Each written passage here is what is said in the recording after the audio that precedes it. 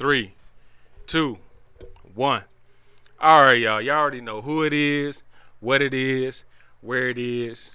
Black Men And Cigar podcast. Got Coach D'Amico's Chambers here. Oh, we got Mark Anthony. We got Mark Anthony. We got a very special. Is this light right? Because, he the star. We got to make sure he's shot. I mean, the light is all on you. Yeah, but I want to make sure we get a lot of light. There we go. For this gentleman. That's it right there. All right, so he's shot. Hold on. This light ain't go. Hold on. There you go. I'm camera shy. You ain't got to have him light for me. Camera shot. This guy. All right, so. Hold on. Now you got it in front of the camera. All right. You're going to have to do a whole nother countdown. countdown. Hold on. Is it there now? No, so the wire is in front of the camera now. The wire? The wire. This wire? Yes. There we go. All right, cool. There we go. All right, cool. Let's go. You got Montoya looking a real complexion. We got Montoya in the building, a.k.a. Black Socrates. You know what I'm saying? So let's go ahead and get to clear the air because I can already feel the animosity coming on. So hold on. So for starters, I always wanted Montoya. It's crazy. When Mark came to me and said that Montoya got a problem with you. What? Hold on. Mark came to me and said, Montoya said you got a problem with him. I'm like, I got a problem with Montoya. Like, what? I'm like, I'm super shocked because Montoya is one of the few mentors that I have that I've always looked up to. I've always looked up to Montoya, especially when it comes to knowledge and when it comes to organizing. You just don't text back. But hold on. So yeah, he said he's like, you didn't text him back. I was like, when the fuck did Montoya text me? And then he was like, call. He said, and then he said, I don't text. So well, he said, oh, you definitely text. Now hold on. Now so when he I group text. I don't. So when he said he was trying to call me, I was like, when he ain't trying to call me, because I pick up every time he called. And then he said, no, you got his number blocked. I was like, I got his number. I was like, oh shit, that is Montoya's number. Now I do have his number blocked. So backstory is, Montoya always sent out these goddamn group text messages for the radio show on the Saturday morning. And I told Montoya 18 times via text. I said, please remove me from the text group. And I did. And hold on. No. And I told Montoya this. There's a better way to send it out than sending these mass group texts. Because it's regardless, whatever the entity is, we all hate chain letters and chain texts and chain messages. Look at Mark being quiet because he's scared. I'm listening. So I was like, all right. And then I told, and me and Montoya talked about it. He's like, cool, I'm working on something. I was like, cool. Next Saturday, I get the same thing. I'm like, God damn. I'm like, yo. And I swear to God, Montoya, I still got the message. No. And so I had forgot that the number was still blocked, and that's his actual number. I thought the number was coming from, because you could set up the different programs and send out texts through the program. For Montoya, I'm being honest with you. Well, I'm just saying. I thought he was using the program through Patreon to send out the text. Mm-hmm. And so I thought I was blocking that number, not his actual number. So when Mark reached out to me, I'm like, how? I'm like, Montoya still tagged me on stuff on Facebook. Like, how? What are you I still tag Montoya stuff on Facebook. So I was like, how? So when he told me that, I was like, oh, damn. Okay. So then we talked about doing the podcast. I was like, you know what? This would be a great time to clear the air on this, to let I was like, because I need to let Montoya know on a bigger platform than just a personal conversation. I've always had the utmost respect for you, the utmost admiration for you. I've always looked up to you as one of my mentors, especially when it comes to knowledge seeking, learning about black history, learning about our people, always in that wisdom category. So it ain't never been no Miko acting funny, acting different, Miko blocking me.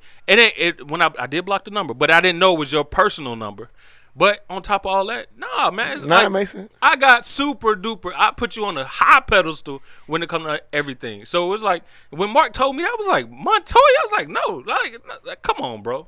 That's all good. Yeah, I don't know nothing about the blocking number thing because I just, I ain't that technologically advanced, so I didn't even know you could do that. I didn't know if you could do that, but I'm just saying. Okay, I see. So because I really don't individually text you, but that's what I thought. I don't do that. But what happened was because we've always had the relationship, that I would, because sometimes I was trying to get you on my show.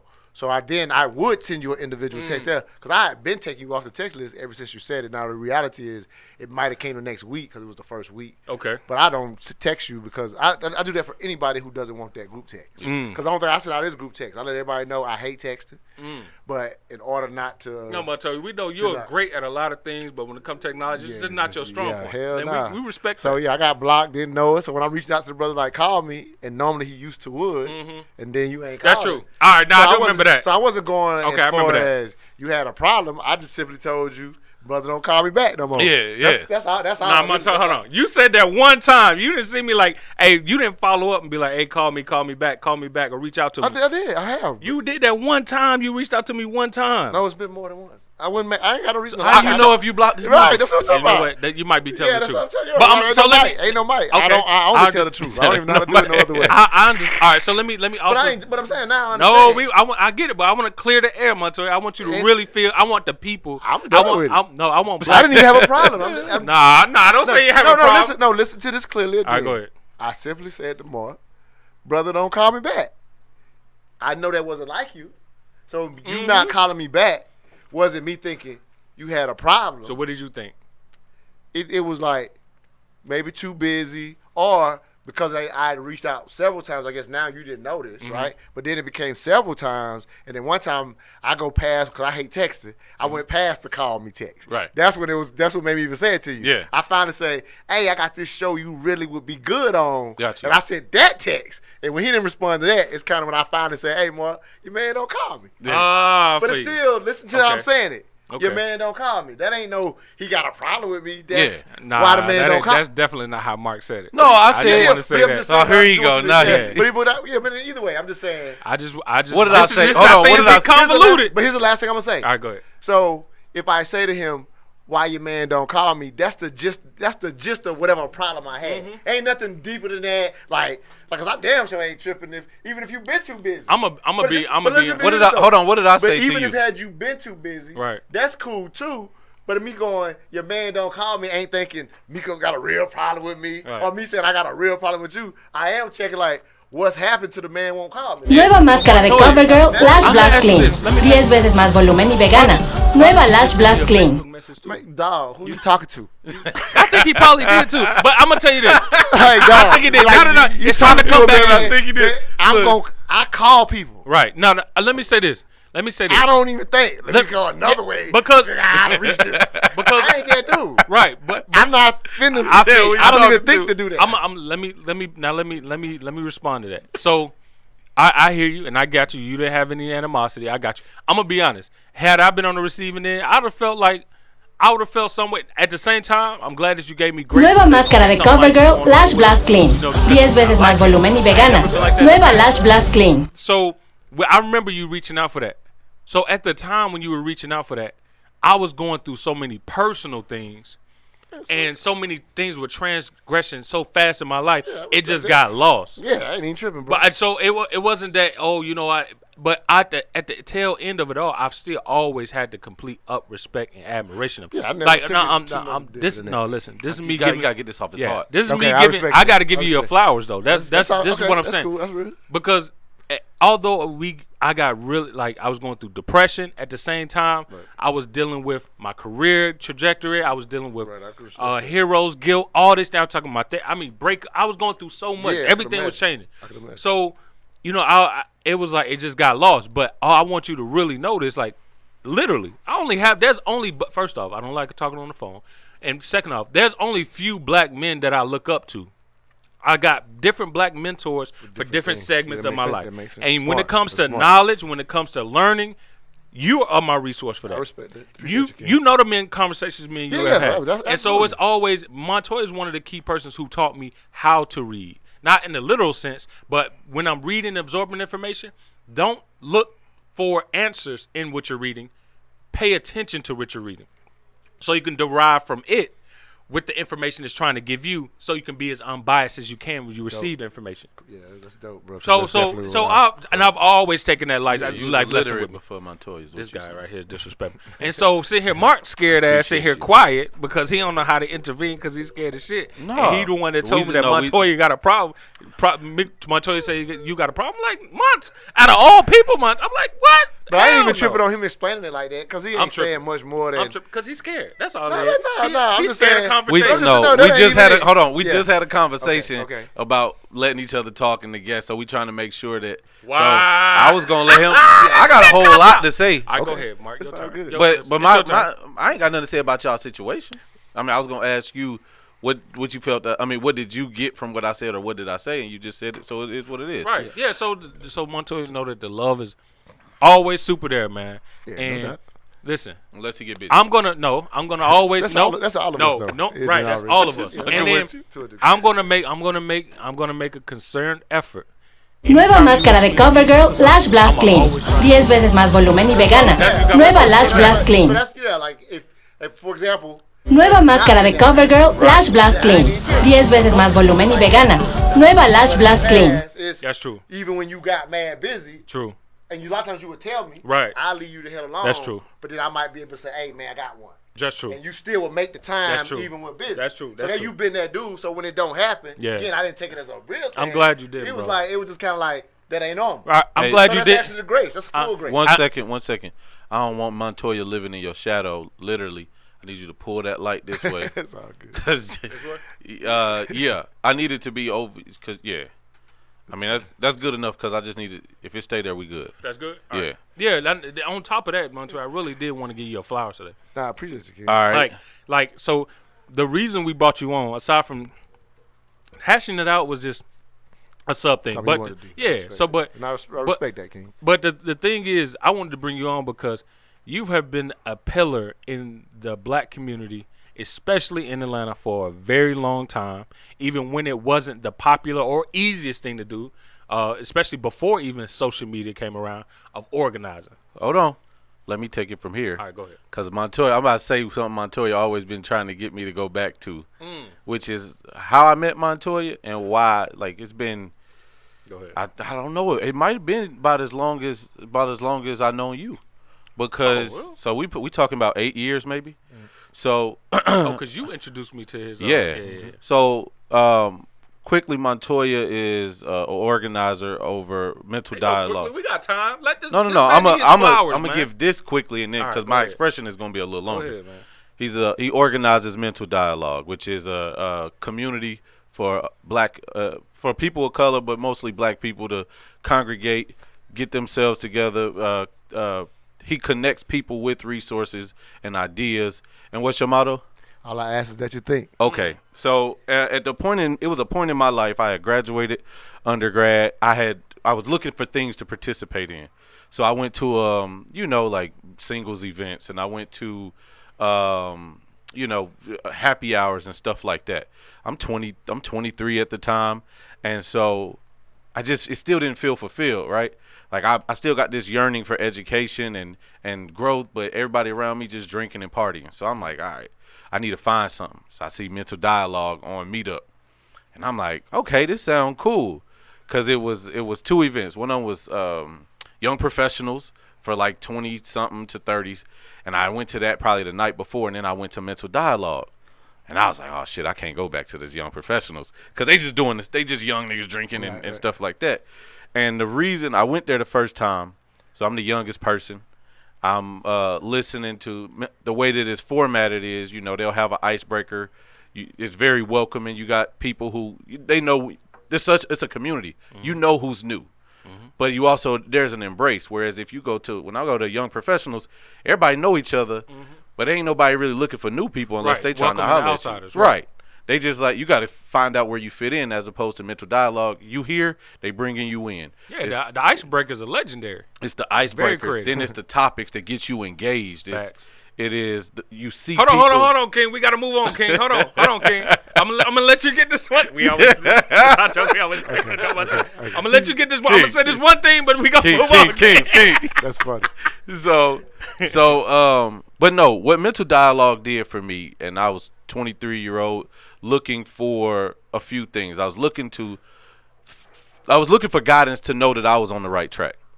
I was looking for people that were smarter than me to tell me, am I illogical? What's going on? Like, most people that were my peers looked up at me. You know what I'm saying? Yeah, I can see because they was just admiring that I had used my brain. Yeah, you've been here before. Right. You one of them cats. Right. So, but I don't like that group. I don't like to be among that group. I like to be among the people who are also thinking to say I'm regular, but we can just pinball this. Gotcha. And what mental dialogue did was gave me as cliche as it sounds, the community gave me a community. It gave me a place where I can go and I can connect with people. And I'm different. I'm psychological. I want to know how any information relates to now. Montoya's a historian. We got James, who also who knows not only history, but he knows the areas of Atlanta. He knows what's going on. You got holistic doctors. You got real estates. You got people with different talents and skills and entrepreneurs. Big facts. Man, I was like walking into Wakanda almost. Like facts. No, you walked in different black professionals from who have different expertise in different realms of life. Older black professionals that's not out of touch, that's actively involved in the community. Right. Some active, some. You know what it was? College gives you ideas. Yeah.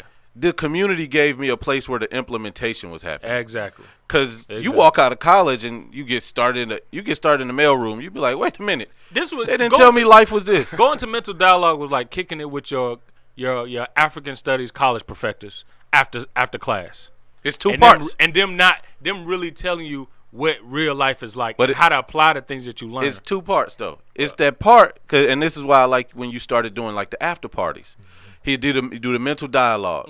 Everybody kind of on they, at Bacardi's, right? Yeah. Yeah. Well, it was at a few different spots. Yeah. But everybody's on they, on what their ideas. But hold on. Let's give Montoya his credit too, which this is to be said. He made sure the after party spot, even the mental dialogue spot, were all that black owned establishment. Right. Of course. So I'm just saying, you got to put that out there because that's important. That's literally not only talking about how we're going to help build our community up. That's literally economically helping build our community Absolutely. Because he's going to go into you got your pillars and all of that. So we're going to get into that. But you got the actual event, the community space where we meeting at a coffee shop, we meeting at a coffee house, or he have other events where people are connecting with their ideas. But then you got to understand that these are real people. So outside of the ideas, now you get the kickback. Now you get to play spades. Now you get to talk shit. Now we in this space, like if you ask even a person like me, I'm not hanging out with no Republicans. Just conceptually, I will. I'm saying you built the we blocks. had a notable black but that's where I was getting into. Going. Pre mental dialogue, I got my space. I got young professionals. I got these party scenes. You got your box too. I'm not going to hang out with no Republicans. The notion in my mind of me being around a Republican stands for everything that I'm against. Right. Now you get mental dialogue. You got political figures. You got people that are Republicans that are expressing their thoughts. You get the concepts at mental dialogue. Once mental dialogue shut down, you get the after party. Now the Republican person is doing the same thing you doing. They become human. Right. Exactly. You get to understand the humanity of these people outside of the political ideology, outside of the concepts that they hold. Yeah. This really is a community that you can invest in and that's going to invest back in you. And it's been 8 years for me. This ain't no cult. This ain't you come in and we got these. The fact that Montoya get black people to come from all over the city, directly downtown to congregate and exchange ideas and networking over strictly black progression is amazing. Because we know it's hard to get black folks to do a lot of things, but to fight downtown Atlanta traffic, right after the traffic hours, 6 to 8, right? 6 to 8 that's remarkable. That's a remarkable feat. You know what I'm saying? And they're not getting paid for. We're not getting paid to go down there. Nobody's getting paid. Even when you speak and do challenges, you're not getting paid. But it's there. It was our hub. It was our hub of exchanging energies, power, information, networking. So many things sprouted. So many relationships sprouted strictly from that congregal meeting. Right. And which is beautiful. And just to I'm off that in a second. Just to highlight some of the things that they do. So not only do you got the mental dialogue meetups that are you come in, y'all have the meeting of the minds, y'all share ideas. Right. Every time, or not every time, but frequently when black movies come out, as a group, I mean pre-pandemic of course, you would go. You would watch the movie. You will find a black-owned restaurant. Y'all can congregate at the restaurant. Facts. Break down these concepts of the movies. Just congregate over. You drinking, you talking. But I think the first one I went to was Birth of a Nation. Okay. We went to. I missed the first one. That was probably the second one. Went to see Birth of a Nation, and then a few more after that. And it wouldn't just be because I know that's also the stigma. A lot of times when you organize and do black things, it's oftentimes populated mostly and predominantly by black women. No, these would be mixed events. There's men there just as much as there's women there. Yep. Single men, married men, old men, etc. We there, you know, and that speaks power because it's hard to get a black man off his ass on a Friday night to fight traffic downtown, but that speaks to how much of a necessity this event was and still is. You do it in some form. Well, right now we're doing everything on the Zoom right now. Okay, that's cool. Stop blocking them text messages. Right. No, Montoya, I promise you I'm getting back on track with everything. I'm not. No, 100 I'm getting back on. And we're going to make sure others who watch this and support us get back on, support what you're doing. So, saying all that, giving you your roses, well-deserved, well-earned. I really want you to know from the bottom of my heart, definitely from Mark's, Mark's as well. You act like I ain't got no heart. I was about to say your head, but because we know you don't like to tap into your emotional side, but that's another thing. But we just want to make sure you get your flowers and you feel that. I can't even tell you how much. I didn't expect this to be part of what we were doing, right? You just mentioned. Oh, we didn't even know that. Miko said he wanted to swerve off something. No problem. But I'm just saying, you just kind of mentioned we might be talking about. You said might, so it wasn't no guarantee, right? And I told somebody on the way here. I said we might be talking about this, but it could be something different. So you pretty much prepped me good. I had no idea y'all would be, in a sense, bragging about mental dialogue. So I'm actually blown away by it, and it's dope to hear your story being young. Because I've always told you got the best testimony, but not only because the one that you wrote, but just hearing it now, because you are the epitome of why I do mental dialogue. Like literally, you are in the sense that, because to a degree, because of what we're doing, like at the age you're talking about, I respect and understand and remember at 23, turning up was, even though I've always cared about the progression of our community, your wind down, especially on a Friday night. Probably not going to be mental dialogue. Right. And so I'm aware of it, but I've always tried to say to the crowd who's, most of them are probably in their 30s and 40s. Let's just keep it real. True. Right? But I've always said to them, this doesn't work if you don't go home and do it at your dinner table. Yeah. And so to have you always latch on at the age you were, I was always impressed. Whatever. And I was shocked that you were that young because of how you carry yourself. Yeah. The beard. But I ain't had a beard back then. Oh, yeah, you did. Yeah, I was like you. One day you'll grow up. But either way, you're living out the ultimate reason I do it. Because here's the reality. Obviously, we appeal to people that are, in a sense, looking for that to a degree. Yeah. Or, whatever. But for the most part, we've already kind of lived out. So some of the ideas, we can help a little bit, but we almost past doing them. Yeah. So that's why, like, hearing you say it the way you said it, because I never heard you explain it like that, is mind-blowing, because that's why I do it. Yeah, man. And I've always come to you saying, how do I get what we're doing transition to your generation? Yeah. You know what I'm saying? And I'm not saying I still don't have it figured out how to, but I know it needs to be done. Yeah. And so to hear you say that blew my mind. So I didn't expect that. It's about to sound bad, right? There we go. Thinking is such a niche market. See how people do you? Thinking is such a niche market, and it's a mature market. It's cigars. Yeah. Like we don't typically say how we gonna market cigars to young men, right? Real. So the notion of when you young, that depth ain't even coming. Facts. The maturity of thought don't come. I was rejected a few times when I was younger because I was so intense, and they felt like I didn't. You know what I'm saying? Yeah, it was mostly because I couldn't dance, but either way, you know what I'm saying. I had to talk because I couldn't dance. But I'm trying to figure out what changed. Hey, listen, people started getting on board with right. They don't dance no more. They don't know about that. That's old school '90s Atlanta music right there. You don't even know who made that song, do you? Yeah, Goody Mob. Okay, all right, just making sure. I was here then. I was here then. I'm making sure he don't be like they was doing Atlanta stuff. They was doing sticker stops when that was out. You know what I'm saying? B103. Well, that's that good. But yeah, so we wanted to start right there. We wanted to start by giving you your flowers. I had no idea that was coming. And before we get into anything else, hold on. On top of that, go ahead. I was gonna transition into the good things black men did. What? This week, yeah. Go ahead, let's get that out of the way. Go ahead. You sure? Because I got mine. You know? Oh, I definitely ain't got mine. You all right, straight. so I got 3 for you. All right. I got 3 of them things. You Google all of them. You just Googled all of them. No, I had one off top. I got 2 more. Go Chill ahead, out. bro. It don't matter. It don't matter how I get information on black Did greatness. you get it from Atlanta Black Star? Nope. Watch out. All right. Got it from blacknews.com. All right, So, that's except for this first one. The first one, your boy Killer Mike. Shout out. All right. You know what happened with Killer Mike this week?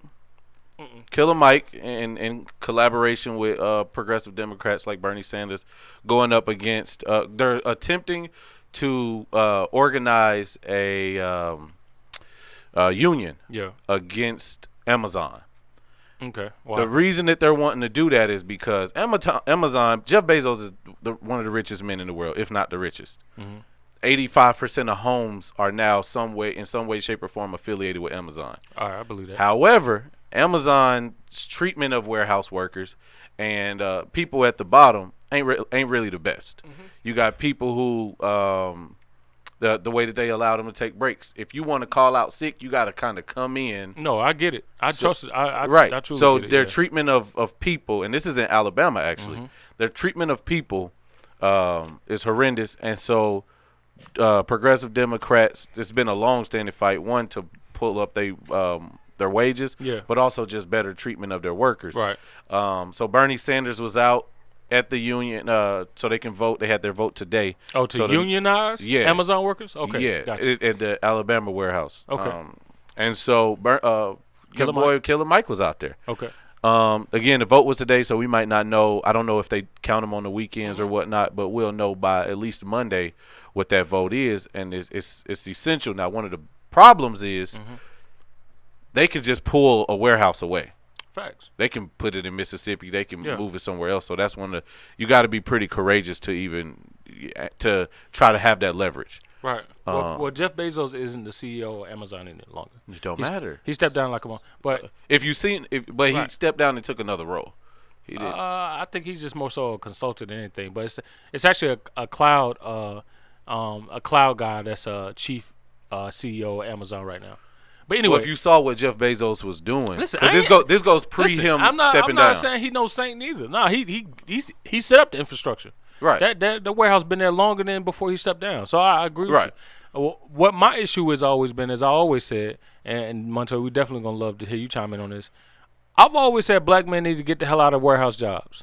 That's been the one category that we dominate across the entire country. Now, on average, that is the black man's job in this country. On average, that's the highest industry that we are employed in is warehousing. And as I've always said, due to technology, that need for that mass of workers in warehousing is going to continue to shrink due to automation. Until it does, what happens? Black men have to acquire skills that are transferable out of the warehouse, that pay a decent wage, if not more, and on top of that, give them a better quality of life. Okay. And that's all very possible. There's over thousands of certifications out there that they can acquire that don't require a college degree, that don't require them to have to be super computer savvy or any of those things that they can obtain. But if they aren't pushed or even known to recognize those opportunities, they won't ever pursue them. They're going to stay in the warehouse and try to fight for crumbs. This is an industry that's obviously shrinking. It's marginalized. You can't fight the industry. And you can't fight the industry because why? We all in here have cell phones. We, the consumers, are part of the problem. And we're not going to go back to rotary phones because it's inconvenience. This is just how technology and advancing works. And that, unfortunately, is one of the things. So while I support what they're doing, in the meantime, it's a short-term fix, Band-Aid solution. But the long-term result, they need to get the hell out of warehouse jobs. That's just my take. Go ahead, Montoya. Go Montoya, because Yeah. So I've seen you make that push for a minute. I've always loved the fact that you've been making that push because the reality is, and obviously it's forethought. Right? First off, I get all this from Montoya. I just want y'all to know that this research and all this shit comes straight out of this is his playbook. But go ahead. Yep. So the forethought of it is why I've always appreciated the push because that's everything that you would like to see people do. It starts with message, and you're the driver of the message, and hopefully other people will latch on. And so I really agree wholeheartedly with you because when you said you can't fight the industry, what we're really saying is you can't fight change. That's what you're really saying. It ain't even got. I mean, obviously you're talking particularly to that industry, but the reality is the writing's on the wall, and so. You don't want to wait 5 years to say what needs to be said now because you're hoping a few people, you bend a couple of people's ears, and they go get a certification so that because the industry is gonna push them out anyway. And if you are that person who's hanging on to the last minute, then you are fighting for crumbs. You're absolutely right. And so what happens is you basically, and the reality of when you say fight change, it ain't even really just that industry. The reality due to technology is we all got to become multiple skilled in something as long as you are a worker. And the reality is, and I'm not saying being a worker is a bad thing, because even in this country, the reality is people, as much as I highlight entrepreneurs on my show, and I think you do it as well, as much as we highlight entrepreneurs getting into the numbers, the reality is 89, only 11% of the country is full-time business owners. Yeah, that's a fact. And then it only goes to 84% when you add part-time. So that means, so basically 84% of the country works. Facts. So Facts. so some people might hear me say, well, if you're a worker, you got to do this, and their thinking is we shouldn't be workers. Like people kind of speak stuff, they kind of romanticize and throw a blanket over. Right. The reality is it ain't easy to be a business owner and be in business. Otherwise, it wouldn't be just 11% of the country. Montoya, I'm gonna be honest with you. Yeah, go ahead. It was times when I was full-time entrepreneurship and your $10 monthly membership came up, and I only like $12 in my bank account. But I was like, hold on, Montoya, give me a day. Yeah, that's a fact though. You telling the fact. People do romanticize entrepreneurship. They do, but this is why, like, you teach. Anybody that comes to Montoya for knowledge, the best thing about Montoya is he teaches you how to teach yourself, which is beautiful. And he taught me how to research. Anytime you think you're going to be an entrepreneur, you're going to jump out here, you're going to do, everybody should do it, you're not acknowledging the reality. Right. This country's, most people who are employed aren't employed by, like you said, full-time employees. Most people are employed by mid-sized businesses. These are people who partly work and for a person and partly own their businesses and run their businesses. Right. That's how this country is ran. Right. So go ahead, Mark. So piggybacking off what Montoya said, think contextually as well. In this situation, you're talking about country motherfuckers in Alabama. Right, the least educated. So you're talking about a level of education. I'm not just talking about becoming cloud engineers, but go ahead. I'm saying technology. Technologically, you got these deprived individuals. Yeah. You got people who don't have access to resources and internet and things like that in the same fashion that you're privileged to live in Atlanta and walk down the street and get Wi-Fi. Step out of your house and get Wi-Fi. 90% of your block, maybe if not 100% of your block got Wi-Fi. Bro, you're talking about people who have from birth been given the shittiest hand you can give educationally. Who do you think you're talking to? I'm talking to somebody who grew up and went to Roswell. See, he's so disrespectful. I'm from Concord, North Carolina, motherfucker. Right. Well, how many years did you do population school today, in there? 30,000 people. How many today. years did you go to school? I went there for 3 years, up to third grade. And then what? You moved to a better situation. After that, I would go back to North Carolina and stay there on summers throughout my teenage years. So what are you talking about? Hold on. You went back to the hood from your privilege. I was both in the hood in both places. What are you talking about? Can I jump in? Is it possible to jump in? Go ahead. Because I'm jumping in because I see where you're going. But y'all know I can't help. I always say the answer's in the middle. Right. I see where you're going. Right. And then, so what I want to, like, I just want to throw this out. I'm jumping the gun because I think I know where you're going. I could be wrong, but if I'm right about it, what I would say, even with where you're going, he hasn't said for them not to unionize. Right. Let's keep that in mind. Mm-hmm. So he hasn't said that. What he is saying is, yeah, go ahead and do that.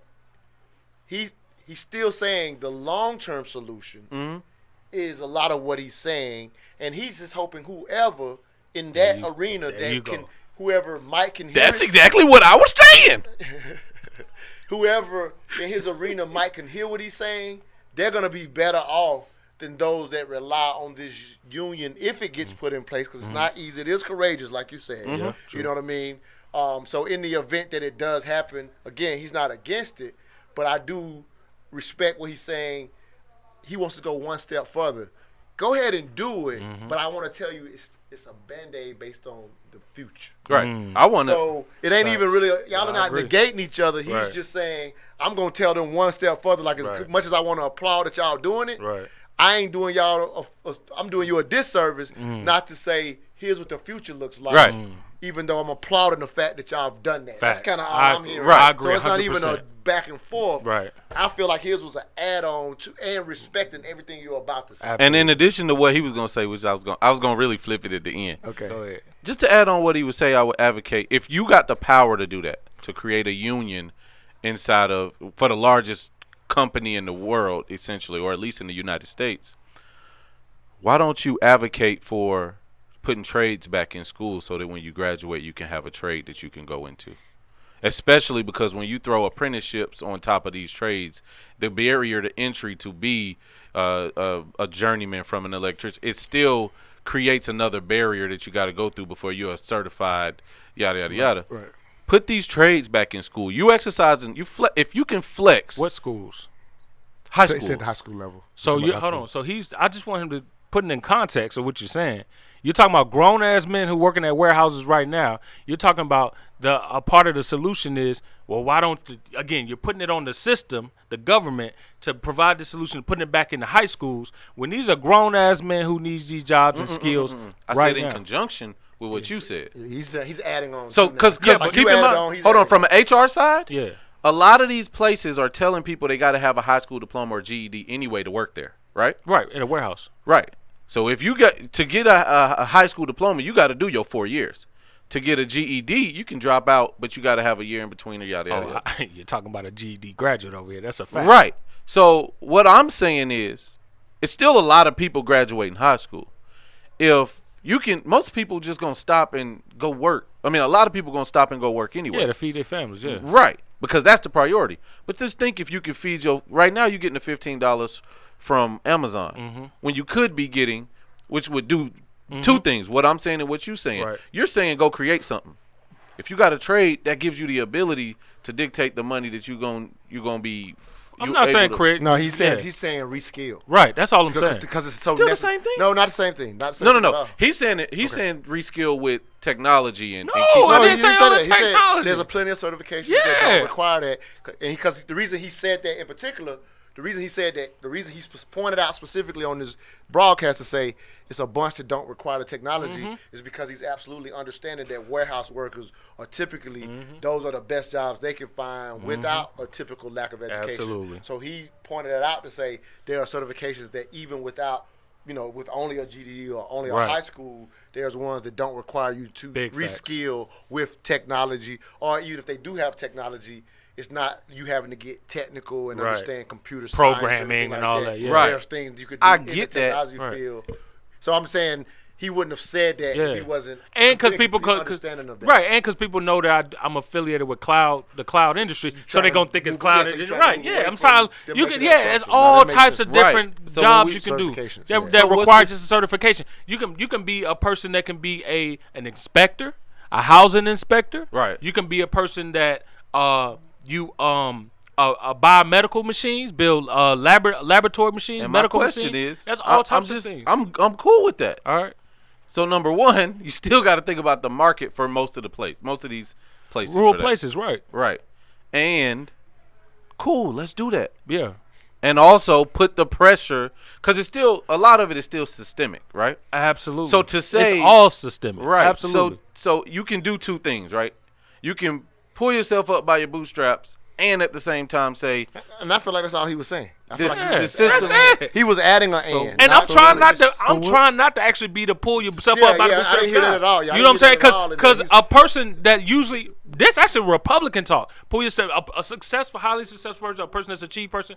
Oftentimes because they got to that mountaintop They and been forget how from they the got bottom. there. They forget how they got Exactly, there. and They they forget have their own that. process. That you got to do it for yourself mentality. I understand because of men like Montoya that it's systems that often trap people and don't give you the opportunities to even get to those levels. No matter how smart you are, no matter how many whatever.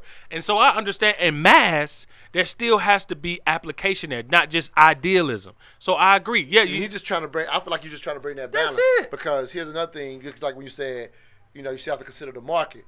Actually, I feel like what Miko's solution was when he says there's these different certifications.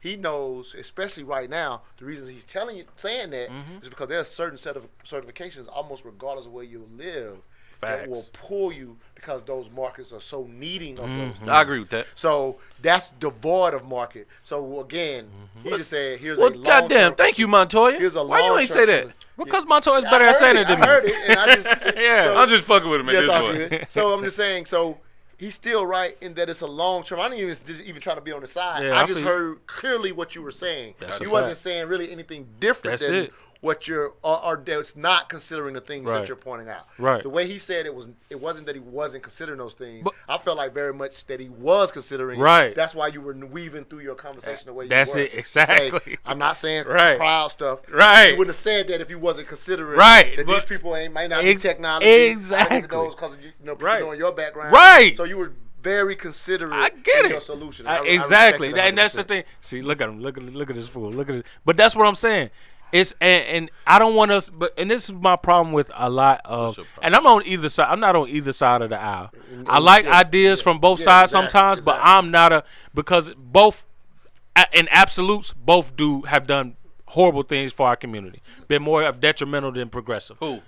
Both the Democrats and both okay, the Let's do left Republicans. and right. Let's do left and right. Well, right, left and I think right. that's the best way to do I it. agree, right? yeah, You feel me? yeah, yeah, 'Cause all that's it's those ideas and values Yeah. that unfortunately, even when we get into stuff like this, Yeah. it's almost like we're pushing from one or the other. Yeah. And you're just being Right. careful Right. that you're not pushing from one or the Right. other. And you don't even want to sound like you're pushing from one or the Absolutely, other. right. Because that's always been the problem, right? If Yeah. you just come with one value or the Yeah. other, you're missing something. That's a fact. But if you can get in between, there's a better answer. And I felt like your answer was very considerate. Right.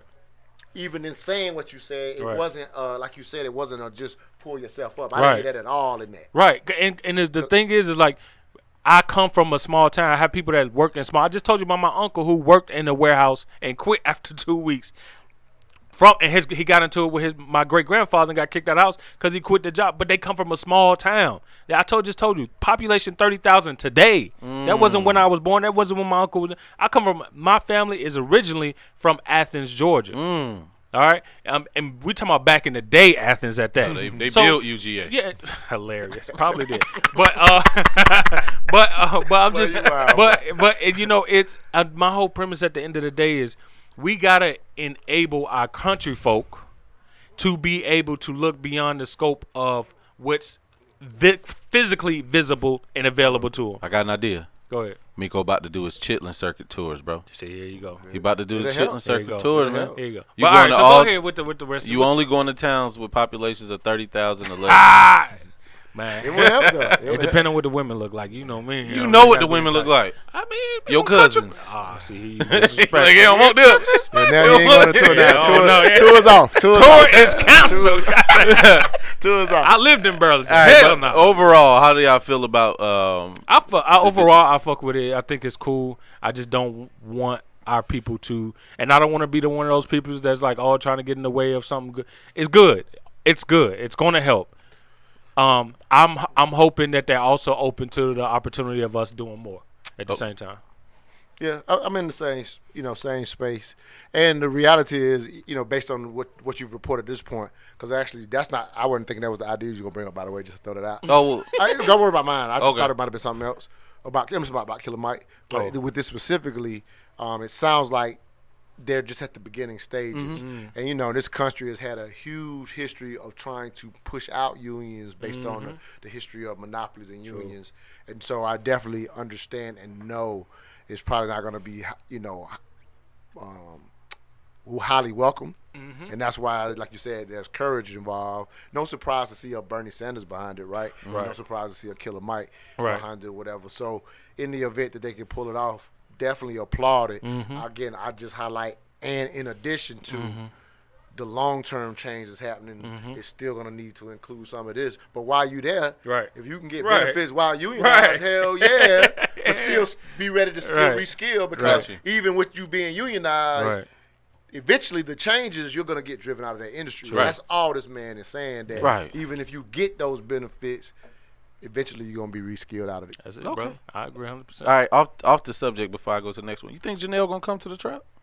I think so. You think Janelle gonna come to the I trap? think Janelle would definitely fucking come to the mother. We're gonna try to get Janelle in the trap. Yeah, that's a fact. All right. So by and large, shout out to Killer Mike. Yeah, so we fucking with it. All right. Next one. We staying in Alabama. All right.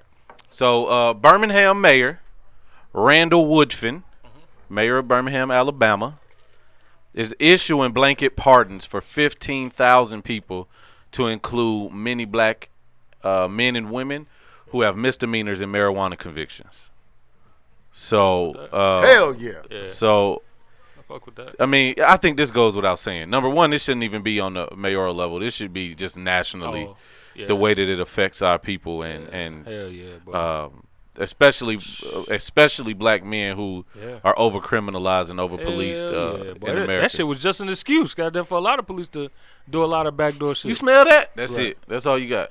Yeah, a lot of dudes even got convicted on other drugs, but the police probably used the weed as an excuse to bust in their shit. You know what I'm saying? Pull them over. Oh, since we on this, I just brought up police. And, this is a hot topic. Yeah, I want to know what y'all feel about this George Floyd trial and how it played out. The officer. Yeah, how the whole process played out. Well, I know we see a lot on social media. Hold on, we see a lot on social media. Yeah. And I had a friend express to me that sometimes the way that we react to it is very hard to take in because of the atmosphere, and sometimes we don't participate in things the right way. But how do y'all feel about the trial, the way it played out? I already know Montoya gonna have a way better way of expounding it than me. He gonna go first? No, I'm gonna go first because mine gonna be short. I'm gonna be short too. You gonna be shocked. Oh shit. But you go ahead though. All right. Well, mine is look. I mean, it was a victory for his family. I think it's gonna lead way for them to also do some civil action towards the other police officers that were involved. Because then, if it becomes a crime, then they are witnesses to a crime, or I forgot the technical term. Accessories to a crime, right? Mm-hmm. And so, I think it's also a good sign, that becomes an example that police. I think it could it's going to trigger have an effect on a number of things. Not only how police, the decisions they make to find out, oh shit, I can get convicted, but also can change some policy. Or give leverage and momentum to policies that are already trying to, things that are trying to become law, amendments or whatever trying to become law. So, I think that, and then I think that on the flip side of that, I think that, this speaks to the threat of violence. Violence has always gotten its way in this country, and it got us this country. And while there's other ways of protesting, I think violence is an extension of protest that has now become a valuable tool. And I don't even want to say violence. It's really just a rebellion. That's all it is. Is when white people did it back in the day, it was a rebellion. Mm-hmm. So why would we win the history book? Right. So I think rebellion has now become a old school tool that we picked up, that we found that we can utilize too to execute some type of power, because especially because our power is in being able to broadcast it. Unfiltered. Hell yeah. So that's my thoughts on it.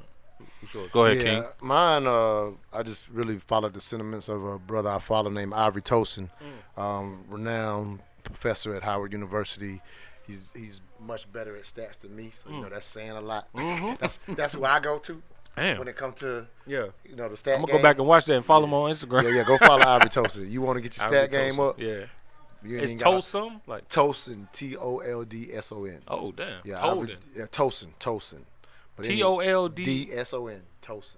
Tosin. Okay. All right. I'll send them to you. All right, cool. Anyway, but he put up a sentiment, and it's the only thing I said about the trial. Because I will say this to a degree, and I've talked about this on the Mental Dialogue talk show quite often. Mm-hmm. A recommendation for our people when it comes to this type of stuff, believe it or not, unless it's local to you, I'm a fan of not watching any videos. I got a whole show behind why, so I don't know if you got time to do. I don't want to take up your time on that. No, you good. But the psychology of it, literally, basically the trauma that we've experienced, and sometimes some of it's due to our own interactions with law enforcement. And if we're if we're realistic, it's not that all of our interactions with law enforcement have been bad, but as African Americans, there's going to be a few that stand out. Just it ain't even got anything to do with necessarily being, for most of us, we're not getting murdered in those situations. But even our bad situations, and then to see the trauma of a murder just connects it all, or whatever. And then in the social media age, and to see it on TV as a regular basis, it feels like it's more than it is. And if I wanted to go to the numbers, because it ain't. The numbers don't lie. Yeah. But so to watch and get connected to something that is not as big as it appears, you're actually getting emotional about something that's not real to a degree. So I'm not a huge fan of. I haven't seen videos in 6, 7, 8 years. Okay. Like I've been on this I've been on this for a long time. Yeah. And like I said, when I did the show on it, I go through the complete psychology of it with the therapist, with the psychologist on. So it wasn't just Montoya telling you some, his no theories. conspiracy theory. Right. This is backed up by actual science, so practical to science. say, hey, whatever. Anyway, but back to, I just no, that's dope because I actually haven't watched any of the videos since the George Floyd. Okay. It's because watching them. I just stopped watching them because stop watching. it became so rapid, and I felt a lot of the time. It starts affecting your daily life. It started affecting how I felt, and it's like I know a lot of the time that wasn't the interaction with police. When I was a bodyguard at Cirque, we worked with police damn near every night, and and they actually did a lot to deter taking motherfuckers to jail. You know what I'm saying? So it's like, and when you look at the numbers, and I tried to look at the numbers so many different type of ways to see, well, are we dying that often, or what are the interaction? You find it's crazy because it's hard to have an argument against the police and how they over police us and brutality. When you look at the numbers and the percentage wise, you see a lot of white males go through the same, especially in impoverished communities. Right. So it's like it paints a different picture when you look at the numbers. But if you look on social media, like you said with the video, you get caught up in the outrage, and I don't want to be the one that caught up in the outrage when I'm also a logical person. Like it's hard for me to go against my own best, what I'm seeing and what I'm knowing, to side with a group of people that I'm helping progress. So it's like I'm with Toya. I just one of the ones I haven't watched their video since George Floyd, and I don't watch. I would recommend don't watch anymore. Oh wow, okay. Yeah. But let me but I want to give you my actual. So basically, I end up speaking of Ivory. I want to bring that full circle because so basically, when you say what was my sentiment about everything, I basically saw Ivory Tosin say this, and I reposted it with like an added sentence. So this really captures my full sentiment. Yeah. He was like, "I don't celebrate things that should be normal." So I just reposted it with an added line. That was a bar. He said that. That's a bar, bro. Bars. I gotta use that on the chick. Right. Cause the bigger point the bigger point is, why should we have? Why it should be normal that when police do go above and beyond their actual duties to harm us, it should be normal for them to be held accountable. And so. It's not that he doesn't, him saying that, it's not that he doesn't get why we're celebrating, whatever. Right. But I'm fully in that space as well. But I'm fully in that space partly because I've spent years staying away to the emotions of, and for me, it's not even the emotions of whether it's happened to whites too or things of that nature. Again, we've had our own experiences. I got a couple of, I got a cop. I'm glad I don't know his face because if I saw it now, I might go into a rage that I don't know what I would do. Gotcha. But my point being is, just if you're not local, because local, you might, even if it's participating in a protest, to whatever degree that is, you can do something with the rage. When it's not local to you, it can only hamper what you're doing in your space. And in your space, for most of us are very committed to our own families and what we want to do for our, for the next generation, especially, for the space that work that we're doing. Yeah, true. So paying attention to that knocks you off your game. I'm not simplifying, because think about what your game is. If you can gather these resources to the degree that you want to, you afford your family some level of protection. So why watch a video that's going to take you off your game? Because your game is actually going to be more valuable for your own people that your blood run through, and if you're successful enough, maybe more of your community. Maybe you become a business leader that starts influencing policies. Why should we ever have that person knocked off their game? True. Because they're spending, because it does make you do this. Yeah. You'll spend a week and a half going back through the process of, has anything changed? So you're losing time. That's a heat when rock. your work. That's a heat Your rock. work Yeah. is because the systemic stuff is there. Because I'm not saying don't fight the systemic stuff. Anytime, because your influence, if you become a local, because our politics are run by the business class. Absolutely. So in the event that you're able to get in the business class, I'm not saying I love highlighting the brothers like yourself who are moving in that direction. Yeah. I'm in media, so that's my role. I Right. play my role. Right. But I'm just saying I don't want none of those brothers, because I've taught this to a lot of my cats that I respect. Yeah. I tell them don't pay no, they and I broke down the psychology so they would stop. So when they stop, so when I'm calling them on what they're doing, they ain't talking about the situations that are going on right now, because they already been taught by me. Right. Don't pay no attention. So when I'm talking to them, they're trying to figure out their next move. That's a fact. And they not, because if they took the time to look, they not finna be on their game. Yeah, that's a fact. But if you're, and the reason it's okay if you're local, that's controversial. you can do something. Well, you can do something with the rage. Yeah. If you were in California seeing the Ahmaud Arbery situation, if you couldn't be in Atlanta and get on that bus, what's you purpose getting of caught you, up? sir? What is it gonna do for you? So Even the Slightly resources. get into the hold on, psychology. hold on. Yeah, I'm sorry. I want to talk about it from this level, because I think that sometimes we do get in our own bubble, and we do only deal with the things that affect us. And if that was the case, and if people stayed in that mentality, because a lot of times it gets brought up like isolated incidents. Yeah. Let me clarify before you, because I see where you're going. Okay. So here's the clarity.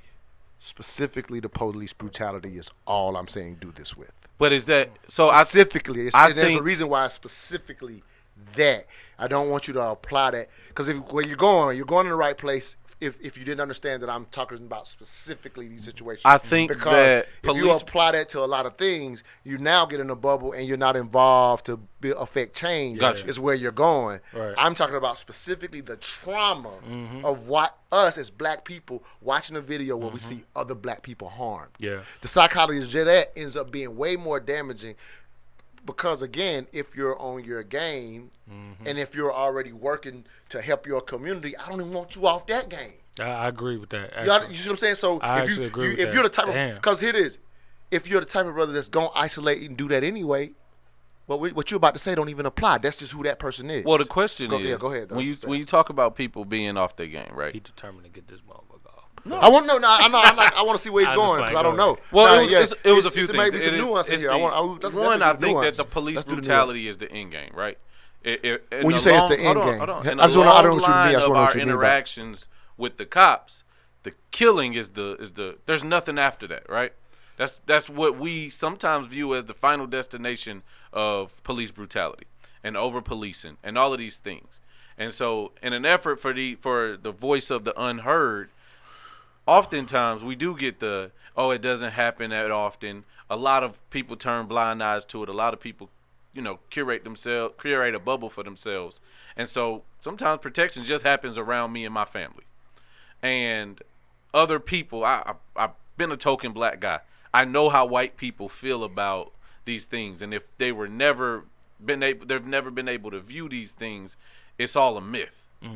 The reason that these things, that these videos are constantly being posted is because when you do see the media say, oh, it's an isolated event, or when you have people saying, oh, well, it don't happen as often. And I agree with the sentiment that the number doesn't always happen. But that's the end game. Police brutality is the small portion of a larger picture, which is Injustice. black people's interaction with Inequality. policing.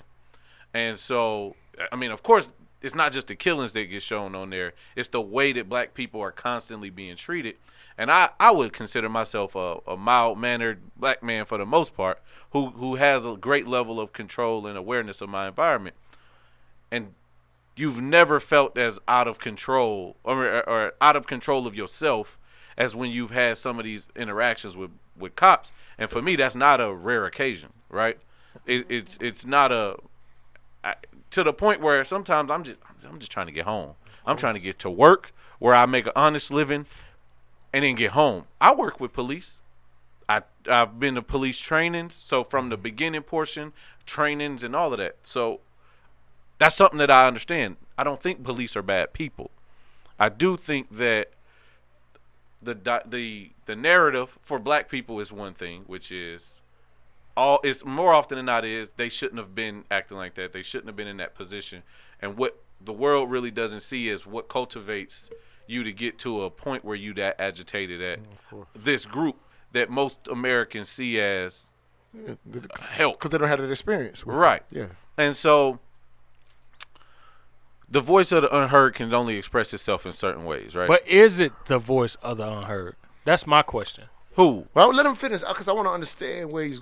So you got a few things. I want to understand what he's saying so that I can understand before. You got a few things. You got a few things that's happening. You got most people feel powerless, just in general, and sometimes it's social media that gives you a little. I mean, in a lot of cases now, that social media gives you a lot of power and influence, and it also connects us to one another. It connects us in our dialogues. It connects me to you in Chicago, in Cali. It makes us feel connected that, damn, this ain't no, like, I might just up and move to Cali. People in the South got this idea about Cali that it's an amazing place and nothing happens except motherfuckers going to the beach. So that's our view. We also got this same view on people in England, that they don't understand what we go through. But now when you start putting these up and you like, damn, they doing it. And now you see that these are shared experiences among people of your color, no matter where they are. But you also see that people care, and sometimes that's all you got. You got the wantingness to feel cared about as well. When you see people protesting in sports, but you also see people protesting in England. People that are your color wanting to feel connected to you, and not just it's still work being done. It's still people every day going to be lawyers and going into policing to try to make a change in politics to that notion as well. There is a breaking point, and I don't think most people can stop themselves prior to the breaking point, prior to, and we perseverate over it to where it seems like, damn, this shit happened to us way at a 90% rate. You know what I'm saying?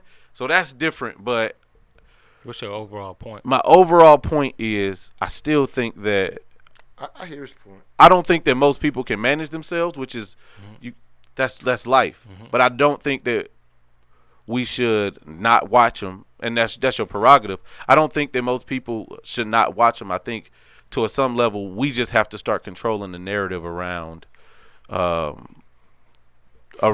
it looks for us to other people as well. Right. So let me just. I don't know if this will add clarity, but understand again. Yeah, you definitely don't have to agree with me, but again, I'm talking about the psychology of seeing the seeing it.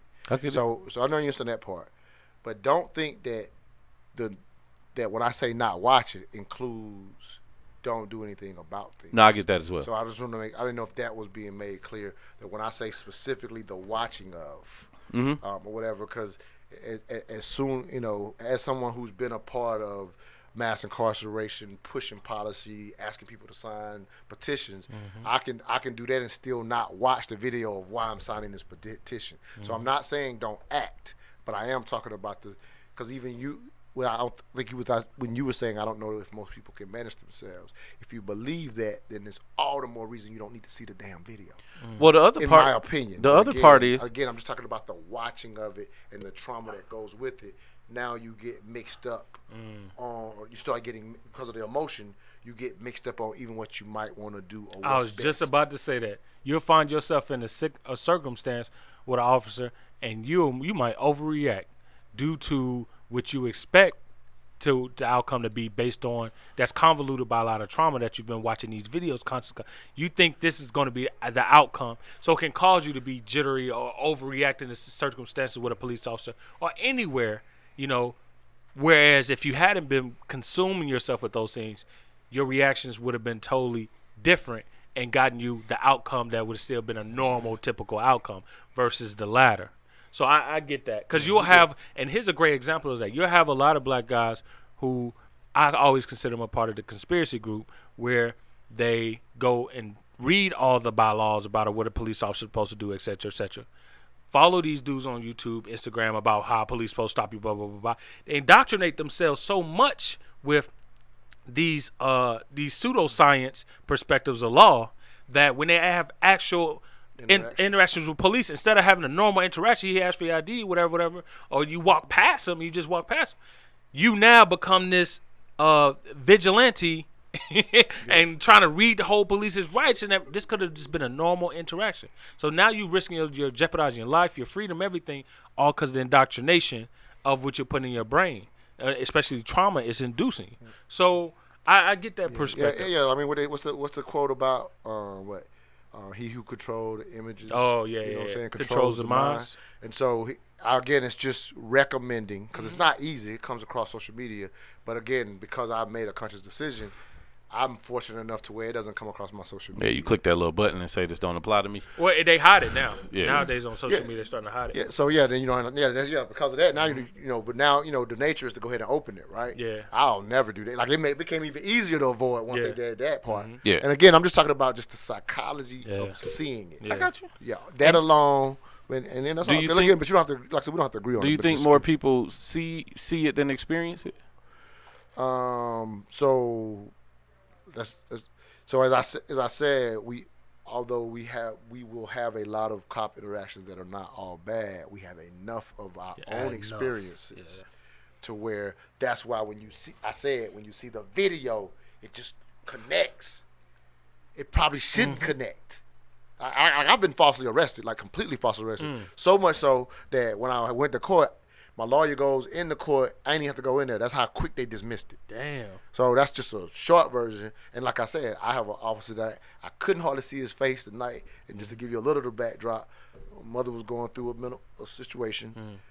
And I say, don't come in the house. He comes in the house and exasperates the situation. And if my mother wasn't going through what she was going through, I don't know what I would have did. You understand what I'm saying? Because this dude made it worse. But just stay right here, bro. And he could have easily done that. To the point where what was going on, in the moment I snapped and say, get the fuck out the house. To the degree he ain't even snapped, because that's how wrong it was. But at the time, having to go to the hospital with my mother, it was dark. I'm from a small town, so typically, but I was visiting, so it ain't like back in the day where I knew all the cops. My town's smaller than 30,000. So mine like 10 times that. Yeah. So I'm saying that to just simply say that had I wasn't just visiting, I probably would have knew who this dude was, and I don't know what I would have done. So I'm saying this to say, oh yeah, we got our bad experiences. I don't want to do. I'm suggesting that you don't highlight it with imagery. Gotcha. I got you. That's all. This is just a suggestion. You're right, because it's a suggestion. Even with especially with the George Floyd thing, it took me a while to watch the actual video, because up to that point, even then last year I was just tired of watching the brutality happen. It took me a while to watch it, but I was still doing things like you said that. And I'm gonna be honest with you, I didn't go out on the streets and protest. No. That wasn't my strong point. But I used my other skills and other resources I had to help out towards the cause. You know what I'm saying? So you can do something without having to be indoctrinated in watching the videos, because you're right. A lot of people, and especially in this age of black men now discovering how important mental health is, we got to be careful what we consume, man. Yeah, and that's right. I mean, we're mental dialogue. Let me tell you the sister that gave me some game when I locked in. Because I told you, I've talked about this a couple times on the show, but this is one sister by the name of Maria Lord came on my show, and we were having a dialogue. We had already kind of was rolling. I knew that she didn't watch, just based on us knowing each other through social media. So it was a perfect opportunity to talk to a sister who I knew was like myself, no longer watching, right? Yeah. So I love to have her on. She didn't know I was gonna ask, right? So it was a natural conversation. Yeah. So this is what she said. Fire. She goes. She agreed we shouldn't watch it for some of the same reasons I'm telling you now, right? But what she said on top of it, this is, oh my God. She goes, Montoya, because who are the videos for? I'm like, okay, what you mean, Queen? You know what I'm saying? She was like, if the videos were for America to see what's going on, and now we see, this was at a time where, we were unfortunately having some back-to-back situations at the time that we were doing this show. This has been a few years ago. And she goes, if the videos is for what we as African Americans think they were for, then these videos would have slowed the brutality down. The brutality ain't changed even on video. So the videos clearly ain't for the rest of America. it's only for us to continue to fear. Because now let's go to the history. That's a bar. Let's go to the history now. And now I'm adding on the history. We need to start putting sound effects. So I'm gonna add the history to what damn. she said. Now she just said it on the spot she basically said the videos clearly must be for us is pretty much what she's saying. Yeah. But let me add some history. And many folks might be like, oh man, that's just a conspiracy theory. But let me add some history to it. So I have another show that we did last year. One of my top listened to shows last year was and let me say this real quick because I keep referencing the show. Man, plug. Yeah, that's all good. But I want to say, I want to explain the context so this is even understood even better. So I go by Black Socrates, which they mentioned earlier. So we do our shows, we market them in the form of a question. So I just want to know that before I now just roll out a topic. So one of our most listened to shows last year was Is America Trying to Kill Us? That was one of our most listened to shows last year.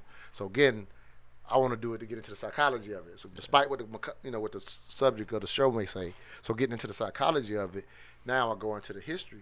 See, as far as when we think of the concept of America and the way we know it now, we know that in a sense this country was obviously founded to the benefit of white men. That's what they meant when they said all men are created equal. You've heard all that history. So we all kind of on the same page with that, whatever. But here's a distinction, like to a degree. Our fear is to a degree we believe that they are trying to kill us. And I'm like, that doesn't hold up in history. Because when these white men, if you will, wanted to kill somebody, that's why we have 1.5% of Native Americans in this country to this day. They wanted to off them, and that's damn near what they did.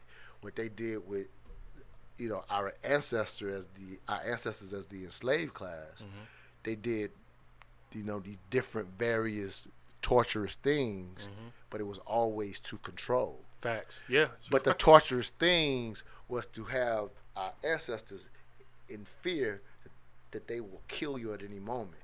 So you create the fear of trying to kill you only to control. They've always needed us from day one too much. Facts. There's never been a time that they've ever wanted to kill us.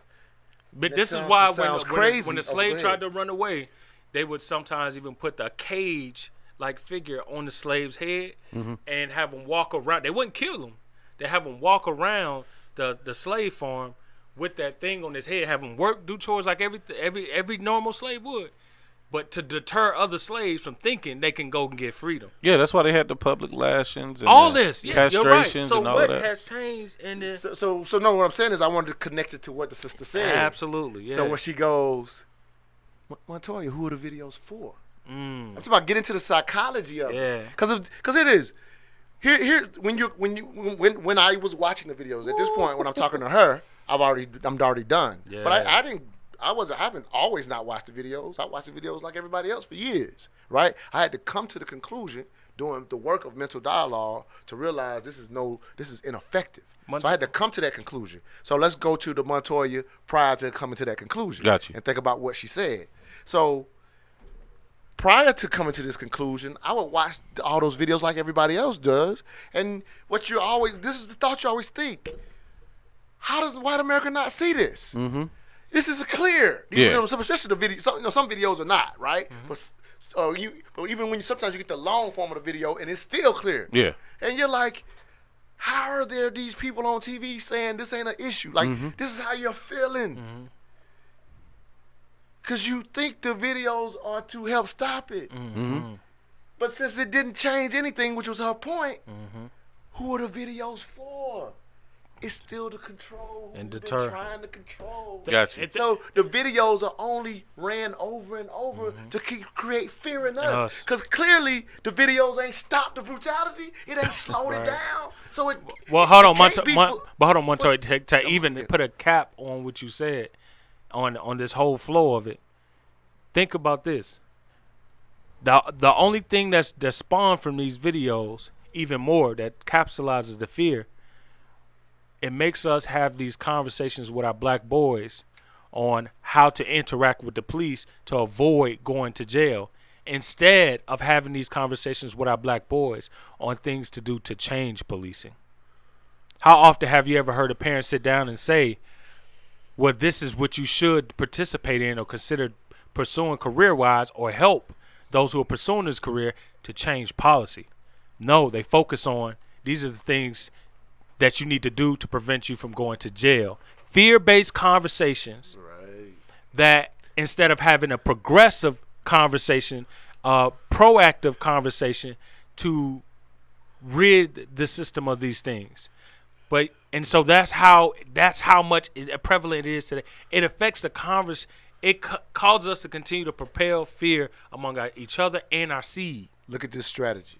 So if you're not having the fear-based conversations, so to a degree, I always say one of the mistakes we make in talking about policing is obviously they're an industry that are allowed to carry a gun and use lethal force. So that makes them very distinctive from most other industries, right?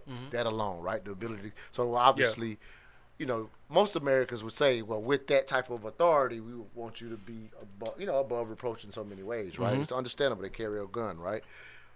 But to a degree, one of the mistakes that we make just as a society is distinguishing them as if the problems we see are a policing problem without realizing any of the biases that are racial, because whatever, they're pretty much like any other industry. They just come from society. Exactly. So wherever society at is like every industry has bad actors and people that are bad. Their industry are gonna have that industry because they come from society. However, we do know in the FBI reports to support this that unfortunately, over the years, there are white supremacist groups that have infiltrated the police departments, and they kind of oversaturate. So I say this now, circling back to the field-based conversation. So what you just said, so why wouldn't a strategy be to do the same thing locally, especially where we're aggregated at? Why wouldn't we be telling our boys, because we have seen effective, for the studies about community policing, is definitely more effective than the typical policing. So community policing being living, where in the neighborhood, things of that nature. Watch, stuff like so right now, our relationship, rightfully so, because I'm not caping for the police, if you will, but rightfully so, we have this very contentious relationship. Well, a good logical strategic conversation would be get our boys in the force, so that if you're policing locally, I know more. Yep. So it changes how I police. So we know that to be effective. So one of our strategies could be get more of our boys and sisters. You're right. into No, policing. you're right. But of course, that wouldn't be said based on watching all these videos and indoctrination still living of in the fear. Absolutely.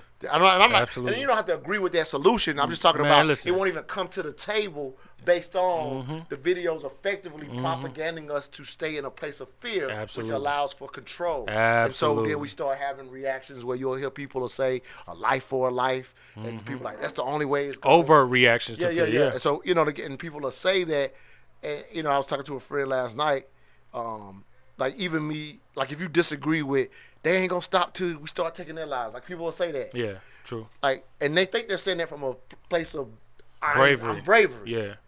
Psychologically, it's coming from a place of fear. Absolutely. Because the reality of the history of this country, if there's nothing else that this country is showing you, is it relishes in violence. Relishes in violence to the point and to the degree. Capitalism and guns, baby. So guns and butter. Yeah. So what I'm saying, with that said, brother, so much so, we really gonna scare with a life of life? Can't wait. They got the gun. And they got the history to go with it. Right. And now I'm going to highlight MLK right now just because it fits. Yeah. I'm going to highlight MLK. Only appropriate because we're in his city, too. Yeah, no doubt. See, here's something that people don't understand about MLK's strategy. Now we're, 60, 70 years removed from it. And so we have a concept of nonviolence and it's considered passive, right? Like that's how we look at it. Well, prior to MLK, and this is how, in a sense, the KKK reign happened after the, we were free. They came, they came out. The KKK was pretty much born after the Civil War. Okay. You know what I'm saying? Quote unquote free from slavery. Right. Did you know that, Mark? No. I just wanted you to say something on your mic because your camera go out because you didn't say nothing. Go ahead. All right, so it's all good. No, I got the camera on y'all. I know, but It's in all the good. editing process, when I'm editing, when you don't say anything for a long time, it'll just flash to the person that's talking. No, it is. I have the camera literally on All right, y'all. go ahead. So it's all See good. how ignorant he So I is? just want to bring a little history in here. So with that said, so prior to what MLK did, it's always been. It's one thing about if you actually really go research history. our ancestors rebel way more than they'll ever tell you in the public school system. I'm talking about this mad rebellions that'll never be in the public school books. I believe the It's hell out of mad that. rebellions, right? Like for anybody that assumes our people just took that shit, Yeah. hell nah. Just so you know. But after the Civil War though, anybody acting up, KKK would just rain terror. Terror will always get us back in our place. It's always been their weapon. Yeah, always get us back in place. I'll even go further. Prior to the Civil War, Nat Turner, you know, a lot of we look at that as a hero in these days of times or whatever. Go study the aftermath of Nat Turner. 63 cats got killed that was with him, right? So that's kind of what happens when they get caught and they stop and they quell the rebellion. He killed his militia. Well, up to 3 years later, they killed about 200 more people throughout the South. Just whispering, oh, I think he knew about it. Wow. Get the hell out of here. After Nat Turner is when our people could no longer go to church without a white man at the church. Get the hell out of here. I never knew that. Nah, me either. This is when you can't teach a black to read no more. After Nat Turner. I'm telling you these things because what happens is we have this concept. We don't know it's fear-based. We have this concept, life for a life, or if we do it, that's what's going to stop it, without ever going to study the history of any time our people did that. What they did. What they did was more violence. Yeah. More, and again, I'm not saying that it's fearful now. Right. What I'm saying is, one, it proves they don't give a damn. True. They don't scare them into shit. True. Yeah. That's what it proves, because the history proves that. Then the other part of it is this. The restrictions came so far that we would get back in line. They never wanted to off us. They just needed to control us. They needed us too much. Here's what MLK did. God though. damn. This is what MLK did. Needed us too much. So, yeah, the country's always needed us. We always say the country was built off our back, This why you need your flowers, man. We always say it was built off our back. You need your flowers, man. But we never put that in perspective. Like, they would only... This is a black guy talking, a real black guy. They would only create displays of, sometimes actually killing us. Yeah. But it was... We want to make them think we'll do this to you. We need you. Yeah. We just need to put these displays just to keep you in fear so we can control you. And really, that fear is really... This is what allows for the control. But and people don't... Please, I was just going to say, people have greater fears than death. So we needed you alive because your fear wasn't dying. That's the rebellions. You knew that was a consequence. Your fear was surviving. Your kid's not surviving. And it was not only that, I'm not gonna kill you. You the head. You the strongest nigga in the room. Let me demasculate you and show everybody that sees themselves as not as strong as you. I'm gonna show them why they shouldn't step up. How to make you the sheep. Right. How to put you in line like so that. Let's put MLK. Let's give him some flowers that people don't realize now that we're 60, 70 years removed from, and people think of nonviolent as some type of passive shit. Well, the reality is what MLK did, because again, he put in perspective the numbers. We outnumber 4.5. Again, he be even leading into the numbers this way for somebody who just thinks that's what we need to do. I sound scary. I'm just talking about the practicality of how he made that decision. So at 4.5 times the population, you could go read his writings. So I'm just, so it ain't even, this ain't my opinion. This is me reading his writings. It's talking about how unpractical violence would even have been, at that time, and the population difference hasn't really changed. Yeah. So we're talking about in the 60s or 50s? The 50s really. You know what I mean? 50s, yeah. I'm just saying, you can read his writing saying that it's just don't even seem practical. The violence doesn't seem practical. Yeah, to be there. Be violent. As blacks. Because we don't have the numbers. But some people might read that. Yeah, exactly. But somebody might read that as some type of fear. I got you. But here's what the man really did. So by doing it the way he did, what happened in the past is if something went down, we definitely have history. If you can go find it, where brothers and got their shotguns and ran this group out, controlled the town and stuff like that. It's the aftermath that you hardly ever hear about. They've wiped out complete towns, and our history won't tell us that. I found that history. Yeah. They've wiped out complete black towns over some type of acting up. Forsyth County. Okay, so yeah, there's plenty of those. Hell yeah. Right? Colbert, Kentucky. Like this may, again, if you're listening to me right now, you might think I'm leading to some type of being to be fearful of. But this is what MLK did. So what happens is when that natural reaction to fight back, because it is more natural to fight back than not, right? Yeah. So sometimes if at the South, with the control that they had, once the Reconstruction was over, once something acted up, they would just come rain terror, 20, 30 cats come and take somebody, hang them up, burn them, and all this kind of stuff. And so it would get us back in line. This is what MLK did. The motherfuckers would do that. MLK be there the next day. And still ain't finna fight back. Because what he always knew was the fight back would provoke the reaction of the other side. Which would get more people hurt. Absolutely. Since we're outnumbered. Like, that we can go see the videos now, right? The dogs attacking and all the hoses, and we can even read stories of certain people getting killed during. Can the I ask you protests. this about Go ahead. Dr. King? Because I've had conversations about this before, and I just want to know the truth from the fiction. Was also in the 60s? I mean, the 50s. Was Dr. King not revered even by his own people? Like, I remember seeing ads in newspapers that they would say, "Oh, he's a I forgot the term, but basically, if you were a black person who joined his side, Uncle Tom, but also if you were a black person that joined his side, you were likely to either get killed or go to jail." It was a term they used for that.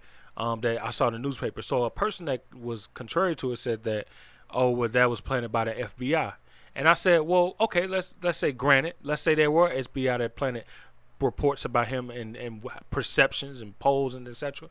But I would also think at that time, like, there were blacks who were fearful of their kids joining Dr. King because of the violence or perceived violence, perceived over violence that would ensue. So what you think about? Yeah. So I mean, the reality is, because he got his ass kicked in Albany. Yeah, no doubt. Quite often actually. A lot of people don't know about Dr. King till Montgomery, but he been doing that for a while. Yeah, right? yeah, no doubt. Yeah, they went to jail 40 plus times or whatever, and they ain't usually lock them up easily and nicely either. You know what I mean? Yeah. But anyway, the reality is, there's always been divides.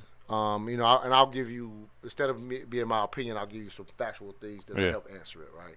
So, like, for example, you probably know about, and a lot of people will talk about, how near the end of his life, obviously he didn't know it was going to be the end of his life, but, whatever. But near the end of his life, he had made this transition, like, hey, I made these mistakes. And so, as much as he was pushing for civil rights, so, for example, he goes out to L.A. eventually at one point, and he goes out there to do a speech, and everybody out there is like booing him, get out of here. A word? Yeah. And it was that and a visit he took to Chicago, but it was mainly the L.A. meeting where he says to, like, again, I'm able to read this because, Andy Young, they write their memoirs of what he was saying and stuff and responded. And he realized at that moment, he was like, man, I think I made a mistake. He said, I thought that getting some levels of respect would bring this dignity that would help out the entire country. Yeah. And he says, I realized out here, they've been able to go into the burger joint. They didn't have to go to the back, but they couldn't afford the burger.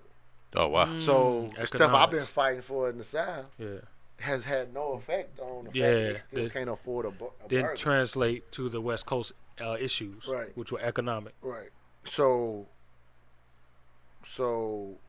there's always been a divide, and the way we revere MLK now is kind of, unfortunately, part of the propaganda of showing you only one side of him. Yeah. So we revere him now in a way. You got to keep in mind, like, the FBI literally COINTELPRO'd him, followed him, bugged his phones. They hated MLK.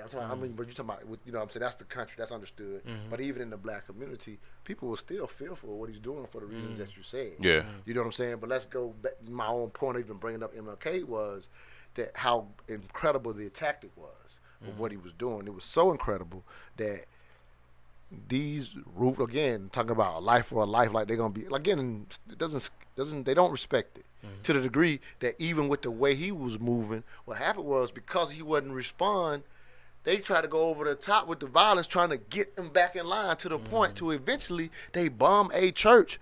And unfortunately, we lose the 4 girls that everybody knows about, but they was trying to bomb the whole church. It's messed up that 4 young girls is the ones that died because the bomb only blew in the basement where the girls were playing or whatever, right? But my point is, that's actually the KKK and white supremacists realizing we can't do nothing with this dude. So they tried to up the violence. The reason they're upping the violence is because of the way he would non-respond. What ended up happening was, we can't get them back in line no more. What MLK basically put a battery in all our backs in the South. Fight the fire. To basically say, we ain't scared to die. So before MLK, they could do a reign of terror, get blacks back in line. The reign of terror was the being afraid of that reign of terror. Yeah. MLK showed up for his issue the next. You beat my ass today. Soon as I'm out of jail, I'm back here today, and I'm still ain't finna punch you back. Yeah. How brave is that? That's It's natural to respond back. Yeah. It's natural to swing back. That's unformidable courage, man. That's So unformidable courage. it sends the white supremacists in the scramble like We don't know what the hell to do. we don't know what to do with Yeah. this. Yeah. Yeah. We got to get this motherfucker out of here directly. We don't know what to do with this. In the past, we could just. I'm gonna tell you how bad the reign of terror was. So you got the 12 years of Reconstruction, and you know about we got so many look like black senators during that during those 12 years. Yeah. So within Black businesses spawning. And so once the deal was made with the North and the South, which took the army out of the South, once that deal and Reconstruction ends, the KKK reigned such a reign of terror. Voting was still on the books. But if you showed up voting and for what they was going to do, Alabama might have had 1% turnout. Mississippi might have had 0.5% turnout. It's on the books that we could vote. But their terror was so much. we weren't even showing up to vote. We had just put senators in 12 years before that. No, that's a fact. So how we go from, because the reason we could put the senators in is because, most of us was in the South. So we just had obviously plenty of areas that were obvious majorities just because of where we were at. Yeah. So we could easily put black leaders. We was put them in locally all the way up to the Senate. Yeah. Because it's just if you actually go look at census history, there was a small period where there were more blacks in the South than there were whites. A small period of time. That's true. But by the time we get to the Civil War, we still a lot of us. We're not more than them, if you will. But in certain areas, we could easily put a Hiram Revell in the Senate. You understand what I'm saying? Yeah. Just highlighting that brother's name. But I'm just kind of pointing out. So how did within 20 years we go from doing that to not voting? That's because they could Fear put tactic. out. Yeah. MLK said, I ain't scared even with this shit. That's some bold ass shit, man. Yeah. And so and a lot of especially Northerners, and David Banner gets on these Northerners all the time. He's like, because they forget where they come from. They forget that their ancestors are from the South, and they sent them up north to work jobs to send money back home, or to send for them to come get aid to come out the South to go to the North. And so a lot of Northerners front on Dr. King because he wasn't as abrasive as Malcolm X. When one, it shouldn't be a competition, but two, it's a lot easier to be abrasively and verbally against whites at a time where everything is integrated and there's no in your face racism, versus when you're in the jaws of the belly of the beast and you fight it in a way that is as relentless but without all the guns and resources, because you don't have no system to back you in the South during that time in the 50s and the 40s. But Malcolm X, you got 100 blacks on the street that's blocking the police officer coming out of the hospital. What he gonna do in Harlem, New York? But in the South, you do that in Georgia during that time, boy. Yeah.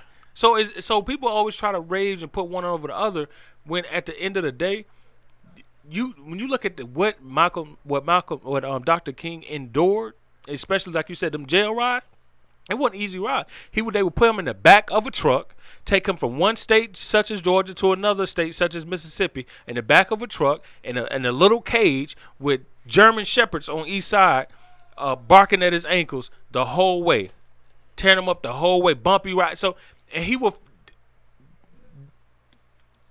bravery. The epitome, Unheard of. yeah, I say don't nobody nuts hang lower than nobody. That's how I say it. Him and Harriet Tubman. Nobody got nobody. And here it is. I say that, and my hero was Malcolm X. Yeah. I done read more books on Malcolm X than anybody any other person in my life.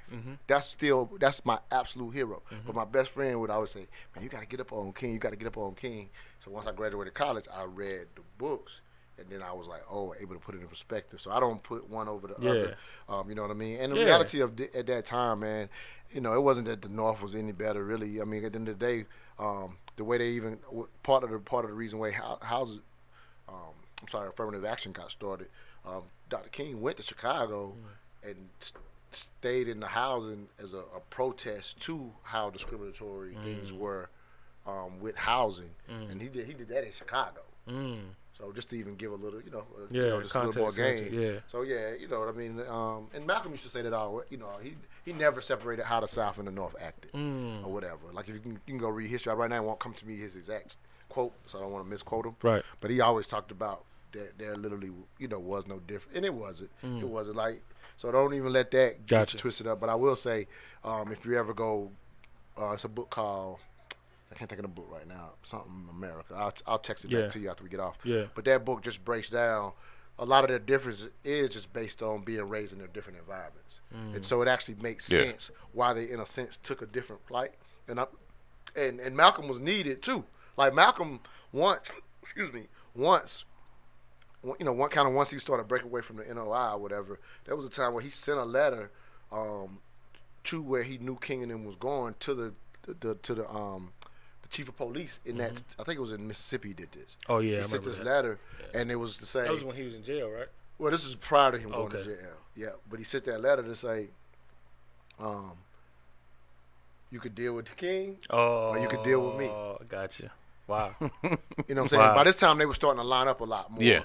And they unfortunately hadn't met. Malcolm wanted to end up trying to meet him and stuff like that. Yeah. But obviously, he got more freedom from doing that once he left the NOI, if you will. Yeah. Or whatever. But I just say that to say, again, I don't put one over the other, but I just know that it's absolutely natural. And we would naturally say, you hit me, I'm going to hit you back. That's natural to do.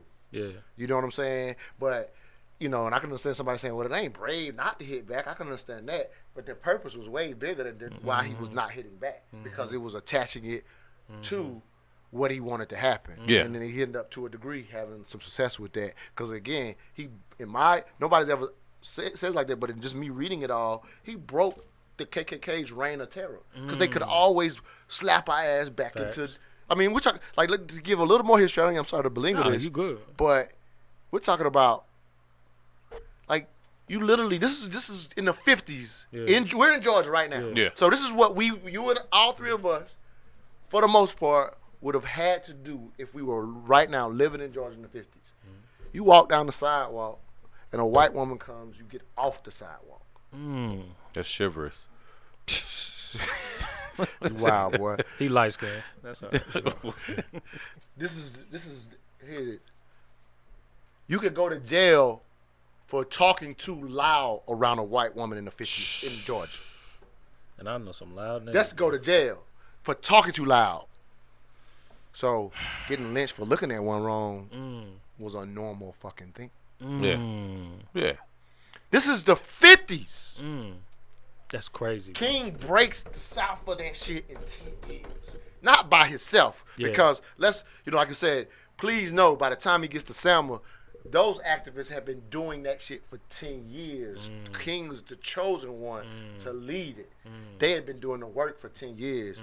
You hear about, obviously we hear about Neil Nash? The sister, Rosa Parks. Yeah, and then there's the other sister now that we learn about that got stopped, but the movement didn't see her as the one. It's 5 women before her that done that. Selma been doing that work. They was a decade in by the time by the time King comes in and just adds on to what they were already doing. Yeah. That's the real history, just to know that or whatever. But still, at the end of the day, without what he had done, it's almost like bringing a celebrity to something, right? And how we, we can say the same thing Jay-Z said, but when Jay-Z said it, people act different. Like some people get mad about it. Right. If you really about his business, you love the fact that he came in and added to it and made it go faster. Yeah. So I'm saying, I don't want to give simple the credit just to MLK, but just understand that 10 years before that, the things I just told you was real. You had to literally, if you talk too loud around a white woman, they could take you to jail for that. That's they was crazy. doing that in the South. That's crazy. They was doing that in the South. just 10 years. That's before only he shit pulled that out. our grandparents had to put up with. Yeah, it's funny. I told myself I'm gonna do this, just basically asking older people, because one thing I ask is, what's the best period of your life? What age group?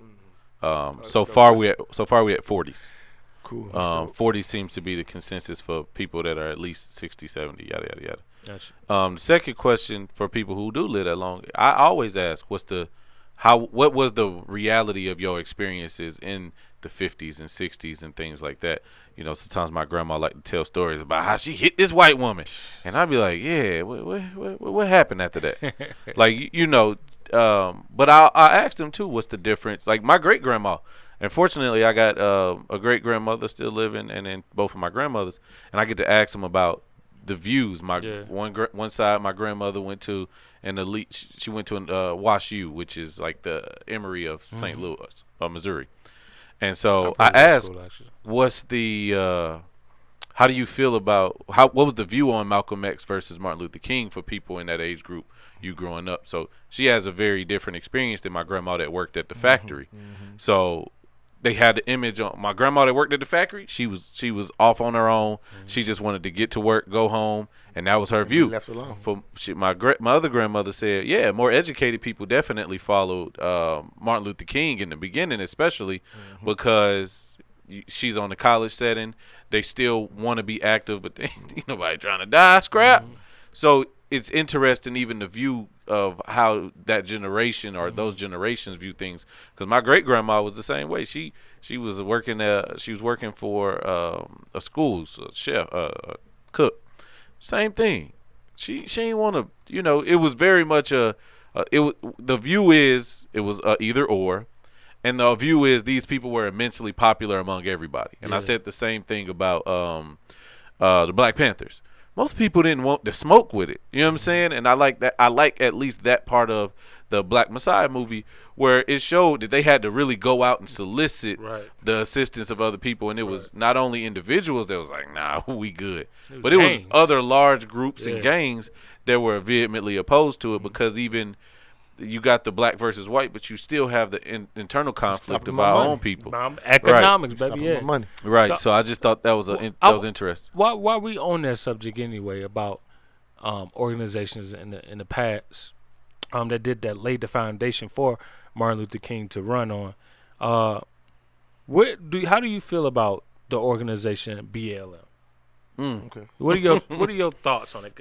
And before you lay yours out way more eloquently than either of us, me personally, I think that the initiative is great. That a great idea for us to spawn many organizations out of. I just don't side with the actual organization itself because it does one key thing that's vital to black progression in the black community. It excludes heterosexual black men and the black family from being the purveyor of all, because without strong black families, we have a weakened community, just as every community does. So that's my only gripe with them, is that the exclusion of that and the upheaval of other groups.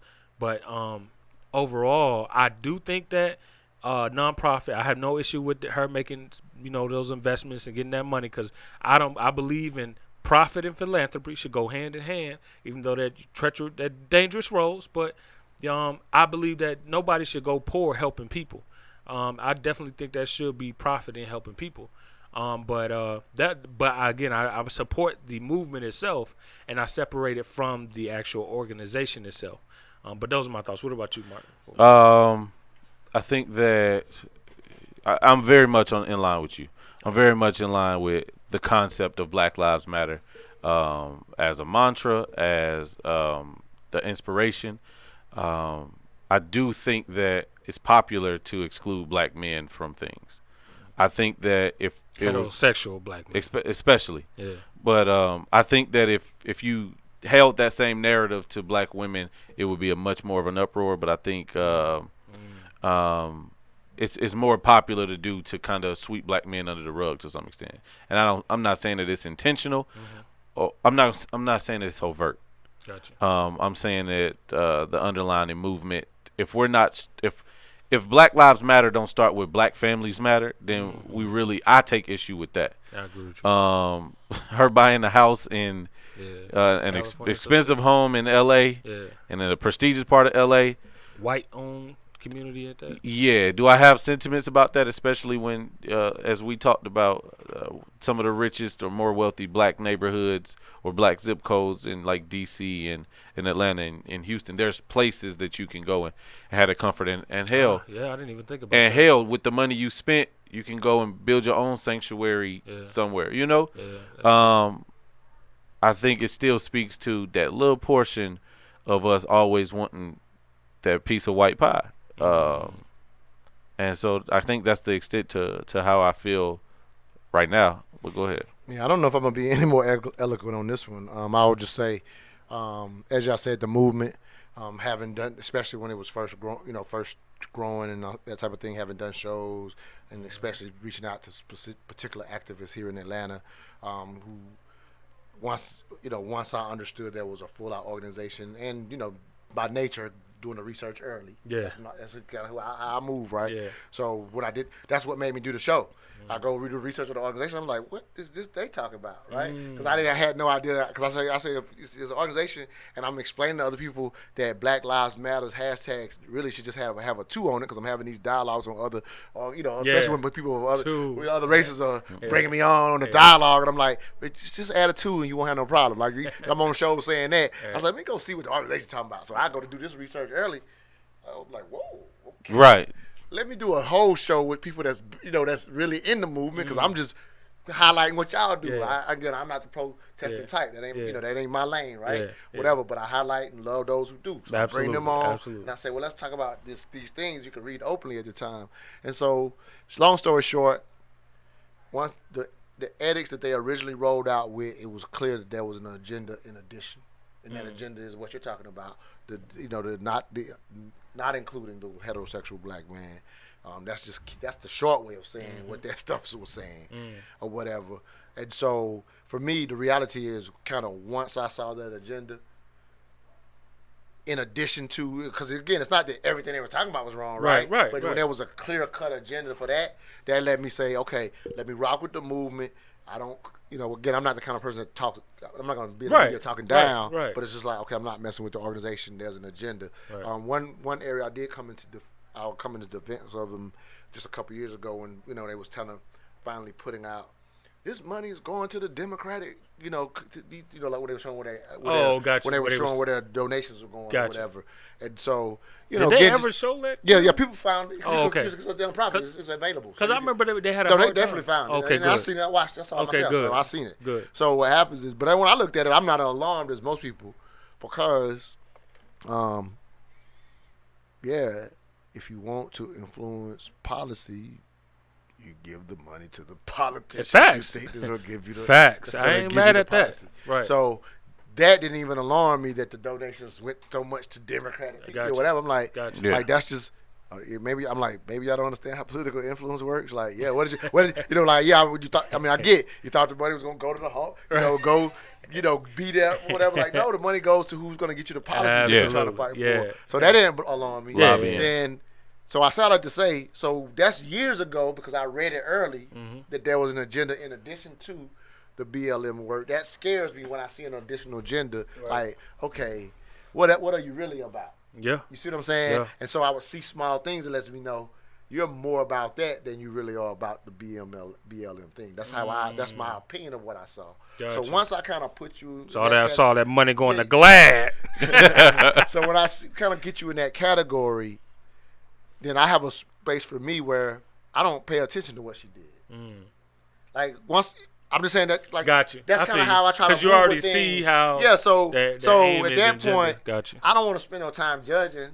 Because you already know how you are. Yeah. I'm not judging though. I'm not judging because how many people do that? A lot of people do that or whatever. Right. So I don't want to be in the space spending time counting your pockets and what you're doing and how you're doing. Right. Like I just kind of once it was that I went there not knowing I was gonna see that, and then when you go see the 3 founders are all again, I have no, Right. I have Yeah, no problem come with on. LGBTQ, whatever. Yeah, It was just the hell way no. it was infused Yeah. made no sense Yeah. based on what you said the organization was for. Facts. That didn't make sense. And Facts. again, and Montoya, yeah, how it's and some I'm just thinking about as you're speaking, how it gained trajectory over black heterosexual men. Literally the bodies of black heterosexual men. Yeah. Yeah. We wouldn't know about none of this. They wouldn't be as prevalent at all today if it wasn't for consistently getting behind and spawning off of the bodies of black heterosexual men. I Yeah. never thought of it that way. So That's a real thought. that's something that you just to throw out there. And yeah, think about, it's crazy. It's almost like you used it. You used us, Based on the way you're and saying you it. used Right. us, and don't want to give us the power at the table, just as the other groups don't. So it's like, The organization, man, well, yeah, let's just stick it over right. in So this form. right, so I can separate like And I Montoya, ain't- like everybody else in this room, consistent. We can separate the organization from the movement, message and the yeah. idea. You Yeah. know what I'm saying? The movement. Because what happens is, to be fair, because the movement itself, there are plenty of organizations that are operating exactly like what you would have thought they would have been operating. True. Yeah. Very Because true. when I did that show, these were real life activists that had their things, and they kept saying, we not tied to no national. All of them were kind of, and so I remember one person was saying, well, how can you be effective if y'all are not, tied to a national thing or whatever?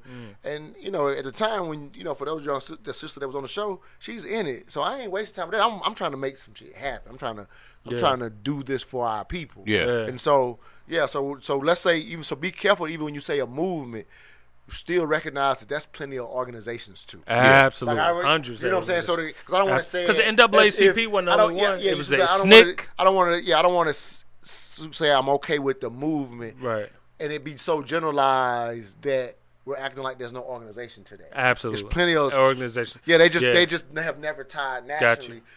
Gotcha. And they probably might have would have Yeah. if BLM didn't have the additional Right. agenda stuff. Right. Those groups might have That's had true. a lead. That's true. That was, That's but true. those groups don't take no directions from that group. Yeah. Right. Because they don't even want to be tied to it Right. for some of the same reasons we did. Yeah, For the same reason that's we're a talking fact, about. yeah. So there's plenty of organizations. Though. crazy. The movement includes plenty of organizations. Obviously, the biggest one. Yeah. And of course, that can get used in the media all kind of ways, right? And so obviously, when it comes to the politics, people can latch on and assume that organization is what's leading all the BLM stuff. Yeah. Yeah. And as blacks, we're always trying to clearly say, no, that's not what it is. Yeah. You know what I'm Yeah. saying? Trying to get that truth out. Yeah. So it's not easy to get that truth out Yeah. since they've gotten the national notoriety. And Yeah. to the degree, like you said, at the end of the day, obviously you can, like I say, look at what she did. But the reality is, the Red Cross is a nonprofit. And, they CEO make plenty of millions. Plenty of Facts. millions that could buy plenty of those houses. Facts. and Because that's how, the Yeah. bigger nonprofit, like, they pay United their Way boards. and They all of pay that. their Yeah. boards. Yeah. You know what I'm saying? Now, what happens is, again, that's not to be negative because when you go, you can actually go see reports on nonprofits and you can see what percentage goes to their causes and what percentage goes to operations Yeah. or whatever. Obviously, operations is going to include the people they're paying. Too. Right. You know what I'm saying? So Right. I know when I was in the military, the reason I only found out because I was in the military, they would give us an opportunity to, maybe send some money to charities if we wanted. Oh. So that's kind of how I would end up doing my research.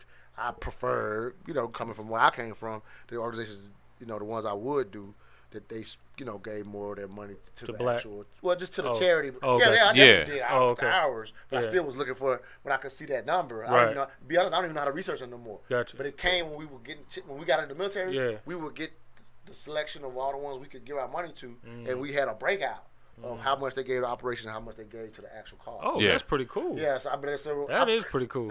So I'm pretty sure if it could be, this was back But- in the 90s. Yeah. So I'm pretty sure if I Yeah. wanted to go look it You up, can do it you now. can still look it up. Yeah. Right? A So I'm lot saying, easier So just to know do that, it, yeah. whatever. I'm just saying that was just my preference. Gotcha. Whatever. But at the end of the day, if you are a huge organization, and even if only 20% of yours still going to organization, still could be 10 million going to the person that run the organization. Yeah. Because they're raising that kind of money. Okay. So, before we dive too deep in, I want to definitely get us.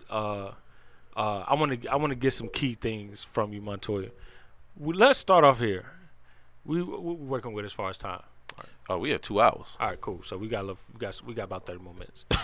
All right. So Montoya, tell us about how in the hell did you go from? Cause where you from? South Carolina. South Carolina. What part? Neighbor. Stoplight town. I call it the thriving metropolis of Honey Pass, South Carolina. Who? The thriving metropolis of Honea Pass, South Carolina, with no McDonald's is how I tell people where I'm How from. many street lights y'all got? He said three. Two. Oh, Three. I had two growing up. Now we got three. Oh, okay. So We had a Hardee's though. So and a Balo. how did you go from there all the way to today organizing at Mental Dialogue? Like what was that journey like going from and that point, especially during your life, where it clicked for you that organizing this thing route you want to pursue and how you want to help your people, and you found out you were actually really good at it. Okay, got you. So I like telling this story. I'll give y'all the short version since we done ran. Nah, man, you can man. No. Your flowers. Yeah, the name of anyway. this podcast gonna be called Montoya That's funny. Smith's Black Socrates Flowers. So growing up in the South, all I knew was MLK because that's what the church. My grandmother would take me to church, right? So my grandmother would take me to church every Sunday. My mother had me when she was very young. My grandma said, like once I was born, she's like, I'm the one that started her going to church. Obviously before I realized it. So she would take me to church every Sunday or whatever. And so in the Southern church, MLK become your hero. Yeah, that's who they're gonna teach you about, whatever. True. So I never heard of him. He grew up in the South. He don't know. But I had never heard Stop of him. trying me. But I had never heard about Malcolm X or whatever. But anyway, one of the best things my mom was, I love reading. And I guess before I even knew, my mother knew whatever. But anyway, when I was in middle school, she would give me a library card, and so part of my summer would be, making sure I picked up so many books, and that I would get through them and pick up more. She didn't. I know she didn't like regulate it, but I like reading anyway, so it wasn't that hard. You know what I mean? But so she had to stay on you about it. Yeah, because I like reading anyway or whatever. But I just know I forgot what it was. I used to have to do something before I could do some of the things I really love doing. But I like reading anyway or whatever. Okay. But I definitely one thing I had to do. And so anyway, long story short, like I said, I enjoyed reading or whatever. And my little, we had a nice little library that was built by one of the former titans in the country. They used to build a bunch of libraries around the country. I can't think of his name now. Like the guy that used to own U.S. Steel built a bunch of libraries around the country. So we had a nice library. That's actually pretty dope. Yeah, nice library in our little small town. It was kind of weird for the library to be that nice. But anyway, in a town so small, right? Yeah, but anyway, so I, library nicer but at than the time, McDonald's. I remember what I loved reading was like magic books and stuff like that. Like little, learning how to do magic tricks, card tricks and stuff like that. So those are the kind of things I want. But anyway, one day in this library, I'm looking for books, and I literally, it's so weird. It was a book that barely had a cover. Like, it was like, if this was the binder, only like a little piece of the binder was there. Oh, wow. I know what you're talking about. Yeah, it wasn't even half the binder. It was only a piece of the binder, not the front, whatever, and half the cover of the front. But the thing is, in the library, I'm only seeing the binder. Yeah. Gotcha. So I still to this day don't know why that book. I'm assuming it stood out because it didn't have a binder. But at the time, again, it's the book. It's the thickest book I've ever stopped and looked at. I haven't read a book this thick about like whatever. So I pick up this book with this barely binder. I look at it, half the cover's torn off. And as I always, so I still have to know why I would even look through the book because I've never read a book this thick. I'm going into my 8th grade. So some of them are going into the 8th grade. Got you. So I opened up the book. Clearly, it must have intrigued me. I checked it out. It's the autobiography of Malcolm X. Changed my life. What? That book alone. Changed my life. But I'm still tripping off of, I'm not a destiny guy. I'm not a karma guy, just keeping it a buck. Yeah. But I still have no idea why that book with hardly any cover, that thick, why would I even take that book home? That's crazy. Changed my life. You took it home? Yeah, I checked it out. I checked it out. And so you ain't just pick it up and be like, damn, it's a dirty ass book. Which is why that's what I'm saying. I don't know what I had I been up to reading books that thick, like I get it. But I know I had not been at that point. I love reading. And I but I read books from my age type stuff. You know what I mean? And I was a good reader. I was a smart kid or whatever. But I still to this day don't know what made me take that book home. That's crazy. So by the time I was a senior, I read it twice. I was in my senior year, I was in a essay competition or whatever for scholarship. I did one on Malcolm or whatever. Got invited to the state level with it or whatever. And the guy that was my sponsor literally walked out of that meeting. Two things. I ended up getting accepted to a military school. So one, I didn't need. Well, the Air Force Academy. So partly I didn't need the scholarship because I got that acceptance right before. You I hear, went to Mark? He Caltech. was smart already. He got into the Air Force. That ASVAB score was high. No, I went to the actual college. Oh. But I wasn't smart enough to get directly in. I had to go to the preparatory school. Okay, gotcha. But so that was part of it. But the dude literally told me, because it was a Southern church, whatever, and he said at the state level, I probably didn't win because it was on Malcolm. Get the hell out of here. Yeah, that's what he told me. Well, This is South Carolina. Yeah, exactly. Gotcha. So that's his assessment or whatever. Damn. But anyway, so I'm saying this is my hero. By this Yeah. time, I done read the book twice. So when you tell me what's my journey, so I go out to a military school only because the college I tried to get into at the time, me and my mom had no concept of what a student loan was. So every other Good. school was, going to charge me something. And so I knew I wanted to go to college. My mom was like, well, you're going to have to take off a semester of work and get the money. And academy was free, so it became a no-brainer. But a no-brainer from that standpoint. But being a conscious Malcolm guy, I couldn't believe I was even considering the military. But it was really because I wanted the education. Gotcha. So I'm gonna get it because it was free to go there. Gotcha. So that's kind of why I take it. Why was it free for you? Well, it's free for everybody that goes to the academy. It's The same as military. West Point. It's the same as the West Point. Yeah, Oh, okay, It's the Air gotcha. Force's Okay. version of the West Point. Yeah, Okay, and then because they extended it, so now you would have just. We just owe more time. And nowadays you would Go do to like full- if you don't go there, you might go into a school. ROTC sometimes And then they go give into full ROTC. rides. Gotcha. Yeah. Okay, that's cool. But Alright. this is just a school versus getting ROTC at another school or whatever. So you finished? Yeah, I graduated from there. Where'd you get a degree? Legal studies. Okay. Yeah. See, that's something I ain't know. Yeah. I knew he went to college. I ain't know. Yeah, but anyway, but I'm telling you this. So with this consciousness of Malcolm X, here my ass is going to a Said military legal school. studies. That's why this is a researching motherfucker. Yeah, exactly. Because I had to do Alright. so much in college, right? But so with that said, though, I literally went to the school saying, I'm not gonna make any friends Wow. because they want to be in the military. Right. He's just doing He it. anti-military. This is by any means. This Yeah, exactly. This is what this is, right? So, long story short, I go off thinking I ain't gonna make no friends here. I really think I'm gonna go for because I had to go an extra year because I couldn't get straight in. You So thought you was gonna go 4 years with not 5 years. 5 years with no friends? Yeah, because I thought these people wanted to be in the military. I didn't want to be in the military, but it was a by any means type Yeah. shit, right? So, long story short, man, I'll tell you in a couple years, some brothers found me that's on the same shit and elevated what I was already on for me. And so, running with those brothers, they're still my friends to this day, for life. A lot of cats say that, we live that. And I'll just say that getting connected with them to even elevate me further, and as knowledgeable as you say I am, I was getting mentored by cats that was like what you say I am to you. That was that to me. Dope. So even though I was going to a military school, I got a whole nother level. And these cats was in military school too? Yeah, they was in school. They just Was they found me. How about Gotcha. that? You know what I mean? I was Sound like he wasn't always on campus. saying that. All I'm just saying is like you can join at college. You can go join certain things. Yeah. This place, they found me. Gotcha. You know what I'm Okay. saying? And so Sound like these- some Mason shit. All So right. I'll just so with that said, that kept me from getting inundated into what the military. So I still Okay. like to Military keep that constant- concept. So how long were you in the military? 6 years after I got. Yeah, we have to when we graduate. We have to do 6 years. Did you Oh, go to damn, Desert Storm? I graduated in '97, so Desert Storm. Oh, it was over there. I got you. But I definitely went over there because it was an area of responsibility. But I didn't have to fight or anything. I was in supply, so I wasn't. In the Air Force, you have to fly to fight. Oh, got you. Damn. Oh, that's do or die, baby. I wasn't considering flying. Woo! All right. Go ahead. What you So, say, but anyway, so I say all that to say, so what's the journey? So the journey is meeting those brothers, continuing to grow after kind of, I read Malcolm again in college. So I've read it 3 times or whatever. Like I said, it was my book changing my life.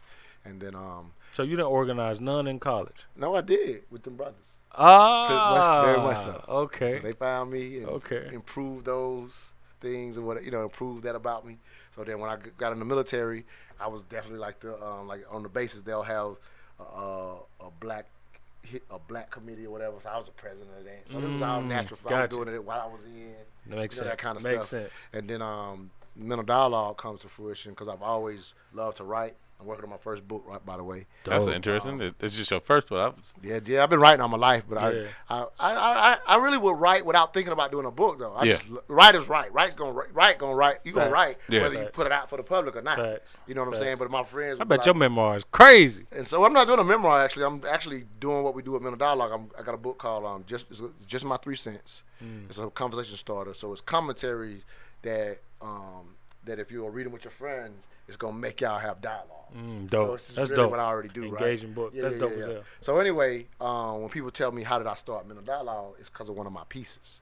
I just wrote this piece about being so blown away how African immigrants see America versus how African Americans see America. I wrote this piece in 2008, and it was just a piece, and I was just like, we missing something for them to see America as the land of milk and honey, and we're here, live here, and can't see that. Like there's something missing. We're missing something. So I wrote this real dope piece about that. Shared it with my best friend, who was in LA at the time, and I was at the barbershop. I was supposed to get I was kept letting people pass me because I was on the phone talking to him about this piece, and he was like, "Man, you got to do something with that. You got to do something, and whatever." And we just had this long conversation. So I go ahead and get in that same barber. About a couple months later, I said, "Man, can I just do a discussion in the barbershop?" Because that piece was just driving me to want to do something. Yeah. So the very first Mental Dialogue, I didn't call it the live experience at that time, but I just called it Mental Dialogue. So the very first Mental Dialogue I ever had was driven by that piece I'm telling you about. Wow. I'll share it with you one day. But What year was it? 2008. Okay. So in October 2008, the barber said, I asked him to, promote it real heavy. Like, I'm like, y'all know people that would like this kind of, y'all the barbers, y'all know y'all customers that would like this kind of thing. Whatever. 3 people showed up. So it was 4 of us now, and we had an amazing conversation. And our first Mental Dialogue, I used to do them like I do the shows. I would ask a question. So the live experience came about because my attendance was going up and down based on whether people liked the question. Gotcha. So I had to get away from letting that drive whether people were coming or not. Gotcha. So the very first question I ever asked was in October 2008, driven by that piece, and the question was, should blacks vote for Obama or not? Oh. It's the very first question I did, October 2008. Oh. A month later, he becomes the president. But I'm just saying that's the very first time I ever took the concept when you say, how did you do this? Yeah. Or whatever. But what I decided to give you a little more insight. This might be too much insight for the public. good. No, I'm just saying, I'm thinking about it myself. Or You whatever, want to but- snitch. Yeah. Well, I created the after reading about the SCLC, you mentioned them. Yeah. Reading about the Panthers and stuff like that, and so most organizations have a real set agenda, and people look for that when you join an organization. You kind of say, Yeah. "What's the direction?" Yeah. But as you said, Mark, it's kind of like it wasn't that, right? It's not that. The way we do it. That's why we got so many people of different walks of life. Yeah. Because I don't have an agenda that you can reject Adapt or to, whatever you can reject or like. It's our concept is have paradigm shifting dialogues, meaning you're open to hearing what the other side has to say, because sometimes that's where your seed will come for you, the growth that you were talking about earlier. So it happens very organically, and then by doing that, we're gonna attract people that can help each other. Yeah. So that's it. So I don't have no more direction than that, if you will. So organizing what y'all saw me organize, it's still hard because it's hard just because of what it is. Absolutely. It is a niche market. Right. But it's just I go beat the streets real heavy to Right. find people that are looking for that. Right. And then you come here and the actions take place themselves Yeah. versus me announcing, "Hey, here's what we're doing. Do you agree or disagree?" Yeah. But there's a reason for that, because I watched the SCLC, I watched the Black Panthers, I watched some other groups. When the FBI, whoever came after them, once you kill the head, you kill the body. True. So obviously this is my baby, and people know Mental Dialogue in a Yeah. sense by me. But Yeah. at the end of the day, the way it's done, you don't need me to do Mental Dialogue. Yeah. And that's intentional so that this movement Continue could never be stopped by one based person. on, in a sense, somebody taking me. Again, not to say Right, I'm right, doing right. that type I of get what work, you're saying, but yeah. it still just played a role in why I set it up with. It's about the dialogue. Yeah. It ain't about me. That makes sense. So let me ask you this. So, and we definitely got to bring you back. So let me ask you this: what do you think is the current? What do you see the current role is for black men today? and how do you see that being played out in the future? So And can I add, yeah, go please. add this? Because I think some of that ties into your pillars. Can you tie that into the pillars that you have for mental dialogue? Yeah, well, yeah, I definitely can because he's talking about the first pillar, which is strong black families, right? And I don't even know if this is so important. I don't even want to get into the other pillars because I know we're near the end too. Yeah. And this is what matters. There's nothing more important than strong black families. And so, what is the role of? You said the question is what is the role of the current role of black Yeah, men the current- today, and how yeah, do you see it being played out in the future? So the current role, we're struggling in general, collectively, due to we've unfortunately been through a 40 to 70 year cycle of the growing of fatherless homes, if you will. I'm talking about fatherless. Not that doesn't mean fathers are not involved. Some people Right. always want to make you Right. think like you're just Right. throwing something under the bus. So I'm Right. trying to be very clear here. Right. So, but the reality is, and while plenty of brothers do their thing outside the home, and that's a fact. That's an absolute You fact. can find the facts That's on an that. absolute fact. You know what I mean? Black But- men are the most involved male parenting group in America. Yeah. That's a fact. Right, that's a fact. But sometimes we still overplay that because even in being the most involved outside the home and you can raise great children doing that, Yeah. it still ultimately doesn't compare to two functioning Absolutely. parents in the home. That's a fact. You know what I'm saying? If you compare functioning situations, what Yeah. people like to do is point out the Dysfunction. bad, Yeah. point out the bad marriages and try to Right. compare it to the great Right. whatever. Now that's not an apples to apples. That's an apples to oranges. That's Yeah. true. But if you compare functioning from outside the home versus two functioning parents inside the home, it ain't even close. That's a fact. So with that said, what is the current role? The current role is not a lot of two parent functioning homes. That's just a reality based on the numbers. And so most of us, we've had these conversations. You've been on my show having this Hell conversation. yeah. So most of us, unfortunately, sometimes are picking up our manhood a lot later than you should because you didn't get to see the example in your home. So if you even pick up values that are gonna somehow one day make you a decent father, you were fortunate enough to get pulled into a circle, run by somebody that gave you some game. Because other than that, you only learn from your peers, Facts. and your peers they're not men, Right. so they can't teach you how to be the Coming type from, of yeah, man similar that broken would, homes would and have all that. that would understand the responsibility of a family. Yeah. We only at the time, and I know you've been through this firsthand more so than me growing up in the country town. But you can only do what's the manhood of being a teenager, whatever Yeah. that is considered a man. Yep. And I talked about this on another show just recently this week.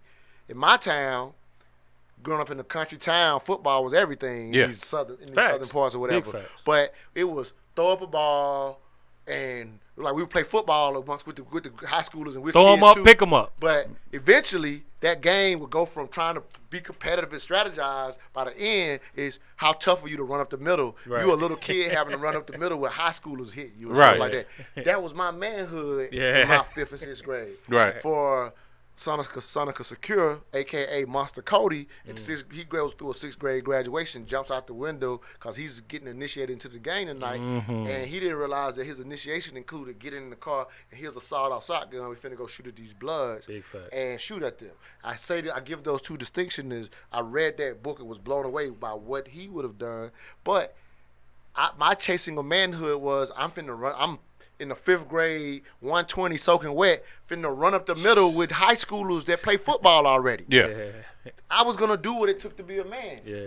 Had I been in LA and it was to put a shotgun in my would've hand and go did shoot at these dudes, did what I it was gonna take do to- what it was gonna take to be a man. Yeah. I'm saying all this to say, so what's the current state is a lot of us have been raised by whatever that was. Yeah. The environment. We didn't get to see the natural function at home because typically fathers, especially in the past, didn't talk as much as we talk about. We need to talk now. Absolutely. But the thing is, if you still picked it up damn near by Yep. osmosis, you still Yep. were trained and raised. Yep. So as far as the His future, actions. the messaging that you push consistently on your page is so necessary, and you're not the only one doing it. I'm doing it to a Hell degree, yeah. but you're super effective with it. So I love you for it. appreciate And there's more people doing it as well. Black gods. Yeah, you know what I'm saying? absolutely. But it's so necessary because even we had some dialogues to get you Oh, to where you oh, at with it that's- now too. that's why I You know was what I'm saying? giving We you a had flower. some back And and forth without because you- I wanted to. It needed to be honed. Facts. Because at the end of the day, as far as the future, without the messaging of the black man taking his role in the family serious again. And that's not placing blame. We're talking about the reality of what needs to be done. Forget the blame. Yeah, Don't right. forget the pointing. That messaging has to take place, because the reality is, as a boy, you will seek whatever manhood looks like. I just gave you 2 examples of what it looked like. Facts. So if we can put out more messaging and you're an example, young brother. You know what I'm saying? Because Yes, you he live is. out, Yeah. you live it out as a young age. Yeah. Whereas most of us, most black men are living out extended adolescence. You have picked it up. Bachelors for life, baby. Right. That's what you exactly. picked it up as as an early age and took on the responsibility of your sister, got your own family. You Married. picked it up and married. Yeah. And so I love you for that. We only get more of you by stop fighting about the messaging. Yeah. Like, people don't like the messaging of having, in a sense, allowing a man plays his role gets pushed back because of a lot of the feminine and gender war stuff. But the reality is, you can't get protection of our sisters without men playing that role, because the reality is, when sisters kind of, that feel like they're not protected, it's done from a place that's not even realistic to a degree. Facts. No, that's because fact. culturally, your protection is gonna come from your blood brother, blood uncle, father, Right. and then after that, whatever system or whichever country you live in. Right. It goes in that order. Right. Or whatever. Very seldom is someone outside of that blood range is gonna just step up and just go protect you Right. for no reason. Right. Big fact. Or whatever. Well, we started out talking about our pretentious relationship with the police. Yeah. So our sisters now not only don't have a father, and somebody just based on the numbers. Yeah. Facts. You know, No, not that's a fact. it's not everybody. That's a right? fact. But based on the numbers, a lot. Not only are not having a father, and then we're living out these extended adolescents and not becoming Fathers. filling in the role. Yeah. You know what I'm saying? So we're not doing that. So they don't have the protection of a father, and we don't like to call the police. So the protection looks like, Yeah. There's why nobody y'all that- ain't stepping out there? Yeah. Like, nobody else is asked to do that except for who would you naturally do it for? Your blood sister. You're right. You don't mind busting heads Right. over a dude you don't know. Right. And it's your sister that's been touched. Facts. Even if she BS'd you. Facts. It's Right. your sister. Facts. Facts. So the world that we're asking to happen now is to have this imaginary protection of just protecting random women that you don't know. Now the reality is, the circle of men I do know, you ain't finna harm no woman around us regardless. Facts. And that's a fact. That's, Like, you're not that's finna do showing that. at your mental dialogue Yeah, events. of You ain't course. never had no incidents at mental You dialogue. never will. And not only that, you see, it's not these grandiose things all the time. Yeah. Sometimes this mental dialogue get out at night. These women ain't walking to their cars by themselves. Nah, facts. These Even when women they ain't- try to. Right. We don't let You them. insistent, and there's no need for that level of independence around the community. A black man. Right. Around the community built by black men Yeah. and participated in By black men men, as yeah. well. And it's just that standard of I ain't gonna get into too much of male female dynamics. Nah, fuck all that, man. I Y'all go on let a PC tangent. talk. Hell no. No, I'll go on a tangent. That's what I'm I saying. respect for what you- time's yeah, sake. yeah, And that's sure. something. And I told Montoya that's where I really wanted to go with it. You shot it down. What? Where is Concept of alpha male. Yeah, the concept of alpha Fuck male. that. and Let's this- go, man. Y'all ain't Right. got much time, so Right. We done been in this bitch later until we get the text. Yeah, I'm good. I'm Fuck good, this so bitch it's tomorrow. all right. Right. Are we going there? Right. All right. So Montoya, the question I asked Montoya when we first, when I got him on the phone, is there a place for an alpha male in our society now? And I think that we got too many think tanks, too many bubbles created, validated. I think it's too much separation among black men and black women. So we got this nostalgia about shit that ain't real. So that's number one. What's the nostalgia? That, like what Montoya was saying, we think that black men as a group are gonna come capes in hand and To a complete stranger of a black woman. absolutely. And no demographic. Who's crying does wolf. that. Right. That's what. Not nobody only wants that, to own. They It's- want us to be always the exception to the rule. Well, We had the let's least be resources. fair. Let's be fair. It's not that they want us to be the exception to the rule. It's just a misunderstanding that other groups are doing. Ah, gotcha. So that's unfair That's to true. say that they want us to be the exception. That's true. I think It's just you just assume that that's how other groups do it. But it's not. But especially in America, Yeah. they don't. Now in other Yeah. countries, you can see some of what they're talking Yeah. about. But in this country, Damn near every race, just pick up the phone and dial 911. Police, right? Right. The white and, man and across what I the- tell people, independence, not even independence in itself. We all need to learn how to live and function as single individuals. Yeah. The clinging to independence. It's a survival technique, number Absolutely, one. it is. We cling to independence in our community as if it's a trophy that we need to uphold, and we hate the notion of interdependence. Absolutely. Or codependence. Right. Because the word dependence to us is very toxic. Triggering. Right. Right. And we think that it has to do with, is that mixed with the notion that we not even talking. I ask most women, outside of the man you're talking to and your father, how many platonic people, men can you call? They're available. Mm-hmm. But how many of them can you call and you not ask ask them beyond asking them to help you move or do something? How many of them do you call and check on their mental health? How do you nurture a reciprocating relationship that maintains itself as platonic?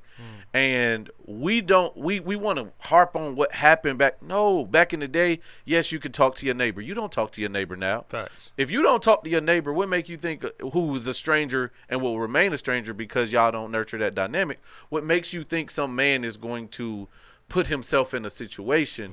So when we go into the alpha male notion, one, we think about these things as we over romanticize them.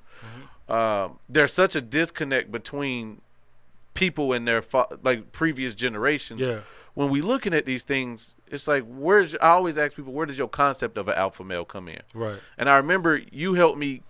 My notion was wanting to be involved and connect myself and protect people in terms of wanting to protest one day. And you was like, motherfucker, you got a family that you going to work for. Right. I had to work that day. Right. You was like, you protecting black women as you going to work. Right. Providing for your family. Absolutely. And doing what you need to do. Absolutely. And it's I always also say that being available. Yeah, I always say that if you want to help your community as a black guy or black man, provide for your family. That's Right. the best thing you can do to help Right. our community, because you going out risking your life for strangers or others for issues that you might not even be that educated on, or for whatever reason. We don't need another sacrificed body. We don't need another martyr. We need a general consensus of productive, healthy black men leading black families. That's what we need more than anything. And it we has need to be them more than it protesters. has to be We strategic need them and more thought than out. motherfucking military. We need those men, because those men are the ones that's going to push our society, our community forward. Not the one-offs that's going to go off and do heroic things. Right. And I feel like, and I'm going to pass it on to y'all, this perception of an alpha man, one, I think is highly skewed. It has Based on a fantasy. Yes, it has more to do with I always say fantasy physical Negro. presence and the bravado, because Right. I got to these women and I started asking them, and I asked a few different women, who do you consider an alpha male? I threw out names. How about Barack? I got a friend that worked in the political space. She was like, yeah. I asked another friend, how about Trump? Is he an alpha male to you? Nah, because you get into your feelings about it. And there's no consistency. There's no consistency in character. There's no consistency in what you believe makes this up. And that, to me, is a blanket that gets thrown over a lot of things. There's no consistency in the way that we view things, because we operate in these microcosms and we don't accept people challenging us. And I think for us now, men have to be leaders. Men have to show their presence, and men have to be productive and persistent about how they go about things. And that's essentially what an alpha male is. And to you talking about we learn things later, I think it is incumbent upon us as men to seek the guidance of older men, and for older men to be available, to be sought out as well, because we got to start nurturing these younger individuals. And shit, I'm 30, but I'm an old head to somebody, and I got to still, in the midst of working out and doing things for my family, I got to start pulling up younger people who didn't have Especially people the my willing. age. Right. They have to each one reach one. You know what I'm saying? But you got to reach out in order to be sought out, to get the help you need. So yeah, so you was gonna run them. Whichever one y'all. No, I ain't. I ain't gonna go Listen, ahead, my response to that is easy. When it comes to this alpha, I always say it's a Negro fantasy that most women have of black men. They want us to be the exception to the. Let me stay away from they want. But the false perception is they think that we are to be like other communities of men, when the thoughts that the perception that they draw up is an exception to the reality of how those other groups of men are. Because as I say it all the time, black men, black American men especially, are the most, when it comes to women's right, when it comes to women's word, when it comes to women's economics, are the most liberal men in the world. There's no other group of men who allows their group of women to have as much input, to have as much investment, to have as much encouragement, to have as much say-so of their women as we do black women. We literally allow and encourage black women to do any and everything they damn near please. And when you say allow, you mean uninterrupted. Uninterrupted. And Right. not only in support of, not only in No. When I say allow, I know what you're saying, but I'm saying I want to say in support of. Right. Now but I always say this all the time. When black women say da, da, da, I say they praise the women that ran for office or the woman that got elected to office, blah blah. I was like, yeah, but also keep in mind it's black men that help put together those events. Who you think carry them big ass chairs and them heavy ass tables in there? Who you think providing security? Who you think help taking all that trash out, etc.? It's black men. We might not always be seen on the camera front. We might not always be seen, get as much public praise on social media due to the dynamics. Men aren't as social as women are. But best believe, behind every great black group of black women, there are tons and dozens of black men who put in work ethic and help those women succeed. And there's no other group that pushes and helps promote black women as much as we do in the world. So get back other group to the aside question. from black American men. Do you think? And they're gonna say, hold on, because they're gonna say, well, y'all abuse us, y'all beat us. First off, that is just as the same thing. It's proximity violence. Every group of men. Who you think beat white women the most? Who you think kidnap Mexican women the big most? black Who dicks. you think Indian? That was the perception. Women in Middle East, Mandingo. not black women. Middle Eastern women just got their goddamn driver's license 4 years ago. Up until then, they couldn't legally drive. Thanks to who? Middle Eastern motherfucking men. When have you ever seen a nigga say, well, baby, you can't drive? No. Since men could get licensed, they've allowed and encouraged black women to drive too. Because nigga was always tired. He said, baby, you got to take it. So go ahead. To get to the point, so yes or no, do you think our society now is accepting and is accepting of alpha men? With consequence, yes. Okay. There comes great consequence to be an alpha male. It takes courage. That's why men like Kevin Samuel is taking it on the chin, and he's been a champion league. People think that, he's a women basher. No, he's speaking. He's one of the boiling pots that's boiled over of the disgruntlement and frustration that black men have had with just continually having to put ourselves on the back end in order to support other groups. Yeah. Every group, like I tell you all the time, every group has received an apology from those who have offended. Every group except black men. No one ever came out and said, I apologize for labeling these black men as this or thinking these black men to be that. But every other group gets that apology. We the only motherfuckers who don't get those apologies and have to go on apology tours for everybody else when we offend them. All right. That's my look. So that's my I think it's very. I think to a degree, there is people don't like this word agenda or a lot of times where people automatically kind of want to categorize you, and when you use the word agenda, trigger. Yes, triggering to the degree that and here I'm trying to be very nuanced here. Like two things, I'm gonna say this and then I'll make it make sense. Two things can be true. I mean, that's where a lot of times we don't make room for when we're having dialogue. Everything is so polarized, right? And so people will dismiss you a lot of times just by using the word agenda as if none of it could be true. Right. You feel me? And as if what they would say is dismissed. Whereas I'm like, no, I understand you have these real lived experiences. There are numbers that support. Like I've done shows on domestic violence. True. Yes. And and of course you've been on one of them. Hell yeah. Or whatever, and and abuse and things of that nature. And the reason we've done those shows is because we wanted to highlight the issues and how we could help and try to improve, those situations. So in highlighting that, because we do know that's a very real thing. And I'll even give a number just to show how much, so people understand how much I do empathize with it. From the ages of 15 to 44, it's the leading cause of injuries for women. Is domestic violence over everything, car crashes over everything, right? Facts. So I'm highlighting that So that when I say it as an agenda, I'm Right. not acting like, because when you say agenda, they'll Right. think you don't even believe that. Right. That you can't believe that that's a real thing. Right. Or that you was a part of pushing, let's fix this issue too. Right. But there is an agenda that is dismissive of alpha males. Now I saw this said on Joe Rogan's show. Just, it's cool if I hope I can say that. But you're yeah, good. some We people ain't don't got no like sponsors. yeah, Yeah, okay, I don't know. Yeah, trying to be respectful. But so I'm just giving credit where credit due. Yeah, It wasn't right. my thought. Respect. It wasn't my thought, and I don't remember the guy that said it. It was a guy, one of his guests, and he says to a degree, not only do you, in a sense, have the feminist movement pushing some of what it's pushing, and that's not to say all parts of the feminist movement is wrong. Like, people will just take everything to the extreme. Right. But there are aspects of where they're dismissive of alpha males in society, and what this dude said on that show was, and they also have quote unquote beta males who get behind it because this is the opportunity. Take some 15 minutes.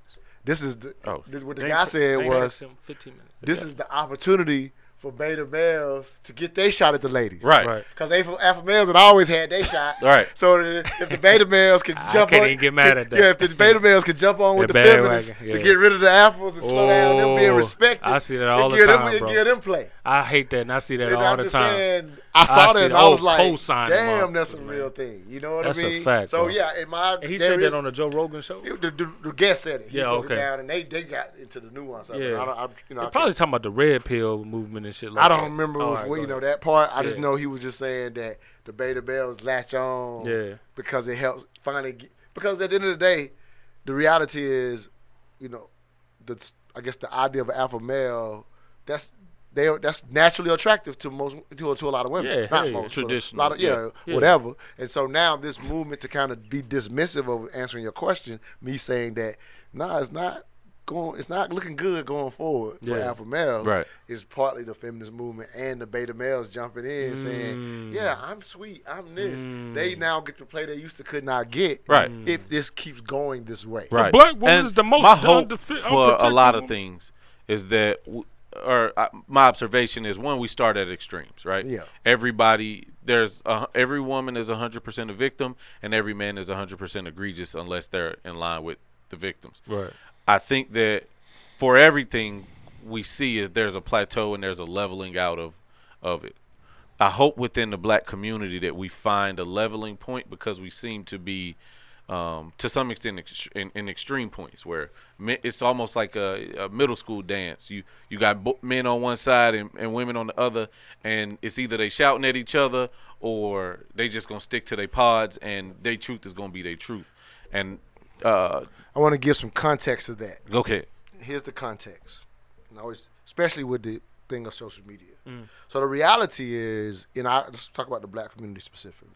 So the reality is, there are more black men and black women who are not at odds with each other as we speak. right, Like what Facts. we're talking about. Facts. So there are more black men and black women who don't subscribe to any of the stuff that we keep saying they feel this way and they feel this way. Well, unfortunately, those groups are the loudest. absolutely. So because they're so loud, They got the megaphones. they got the megaphones, and then you add social media. Right, So when you add social media, due to that pain and hurt, what are people that's hurt and pain? What are now that you have social media on a phone? The things that you should just deal with in your head, Yeah. which could be an issue. Right. But now you have an outlet. and it comes out instantaneously. Right. Yeah, So because unfiltered. you have an outlet, Yeah. what happens is if you taking care of your family like he told you that one time, and Yeah. I know that you do. So when you taking care of your family, obviously you're doing this podcast, but your time on social media is limited because of what you're doing. Absolutely. Facts. When you're hurt, and if you're willing to put your pain on social media, and it's right there, you will waste a lot of time That's a fact. getting your pain out. That's a So I fact. always try to remind people that please don't think that the back and forth you see on social media is the majority of Consensus, yeah. what's happening in the Right. community. Absolutely. Because the people that are hurt the most will spend the most time there. Right, Mm. right. That's And a so, fact. so when we say Misery is always right. recruiting. So when we start saying they'll say this, and like we have to be careful because the context is, at this point, it's still not the majority. Now the unfortunate part Yeah. is they're growing. Yeah, absolutely. Like we have to be realistic. That's true. And if the message keep growing, that's true. It may move to half our community feels this way. True. Well, I guess it may move to more than half. True. But if you go on social media, it feels like more than half already. Absolutely. But I think, especially for people like Miko and I, who we go to social events. Miko interacts with a lot of women now.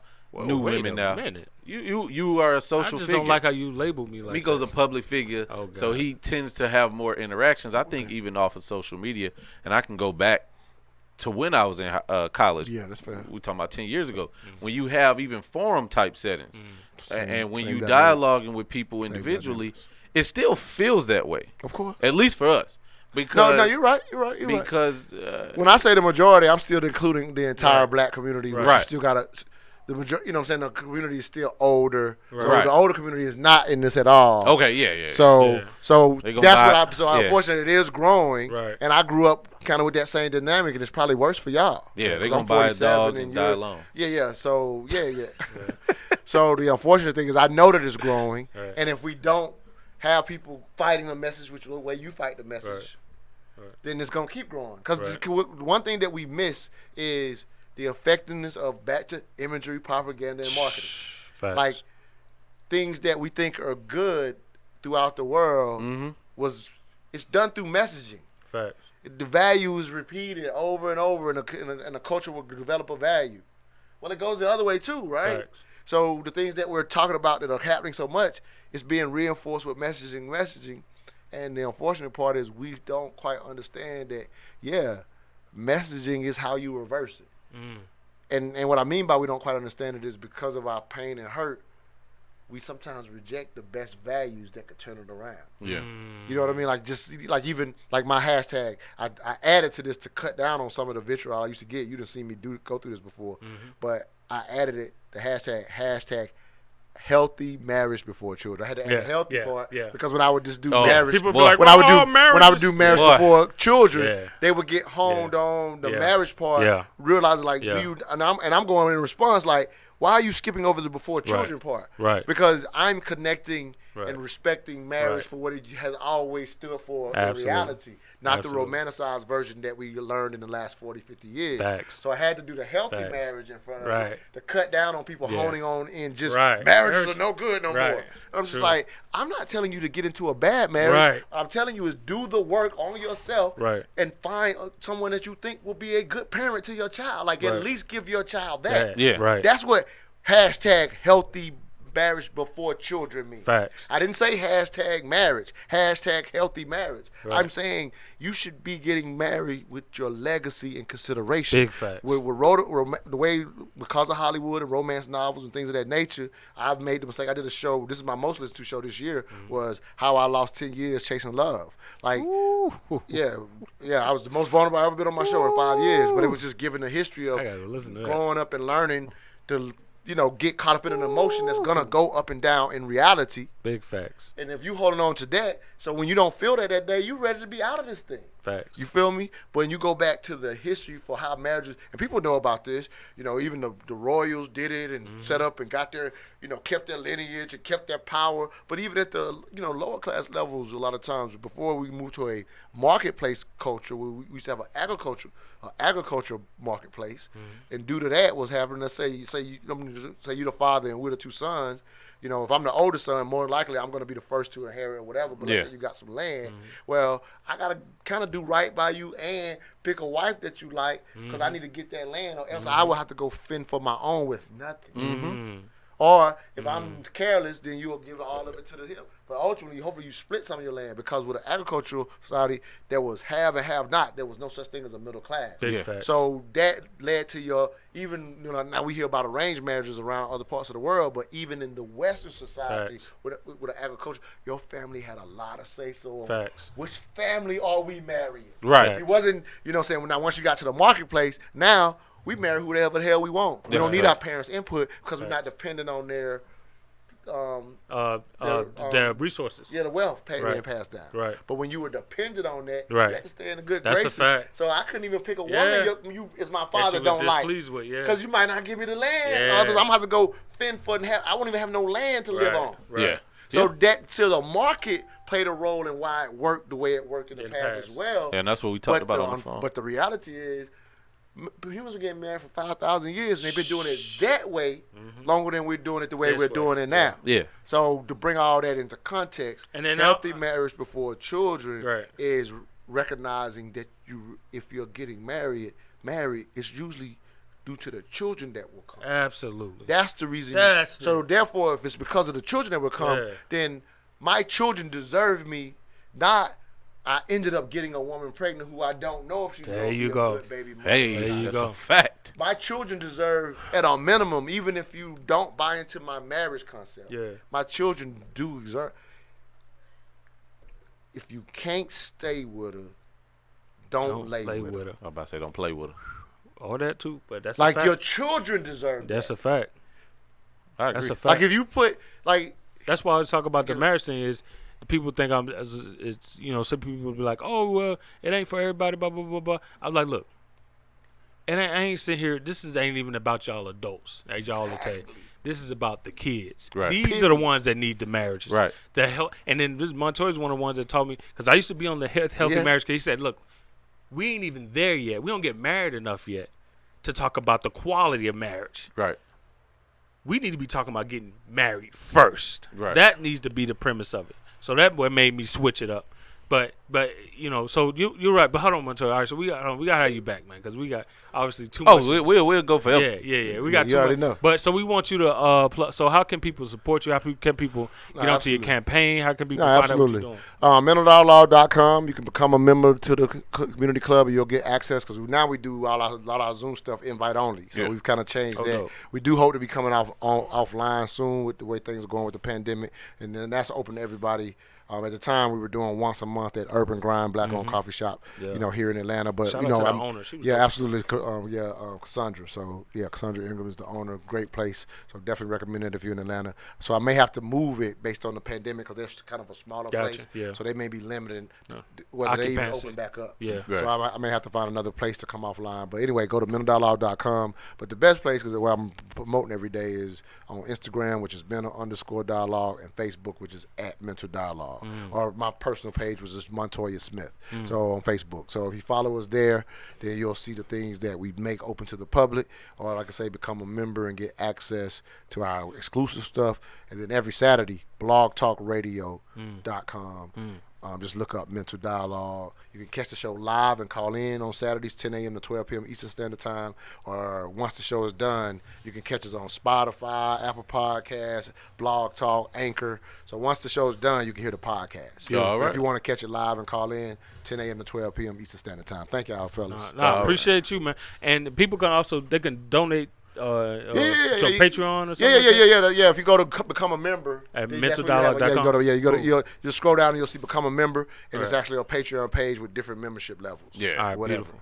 All right, so this has been a beautiful podcast. Like I said, this has all been about giving Montoya Smith his flowers, just do flowers, man, and educating black guys at the same time, man.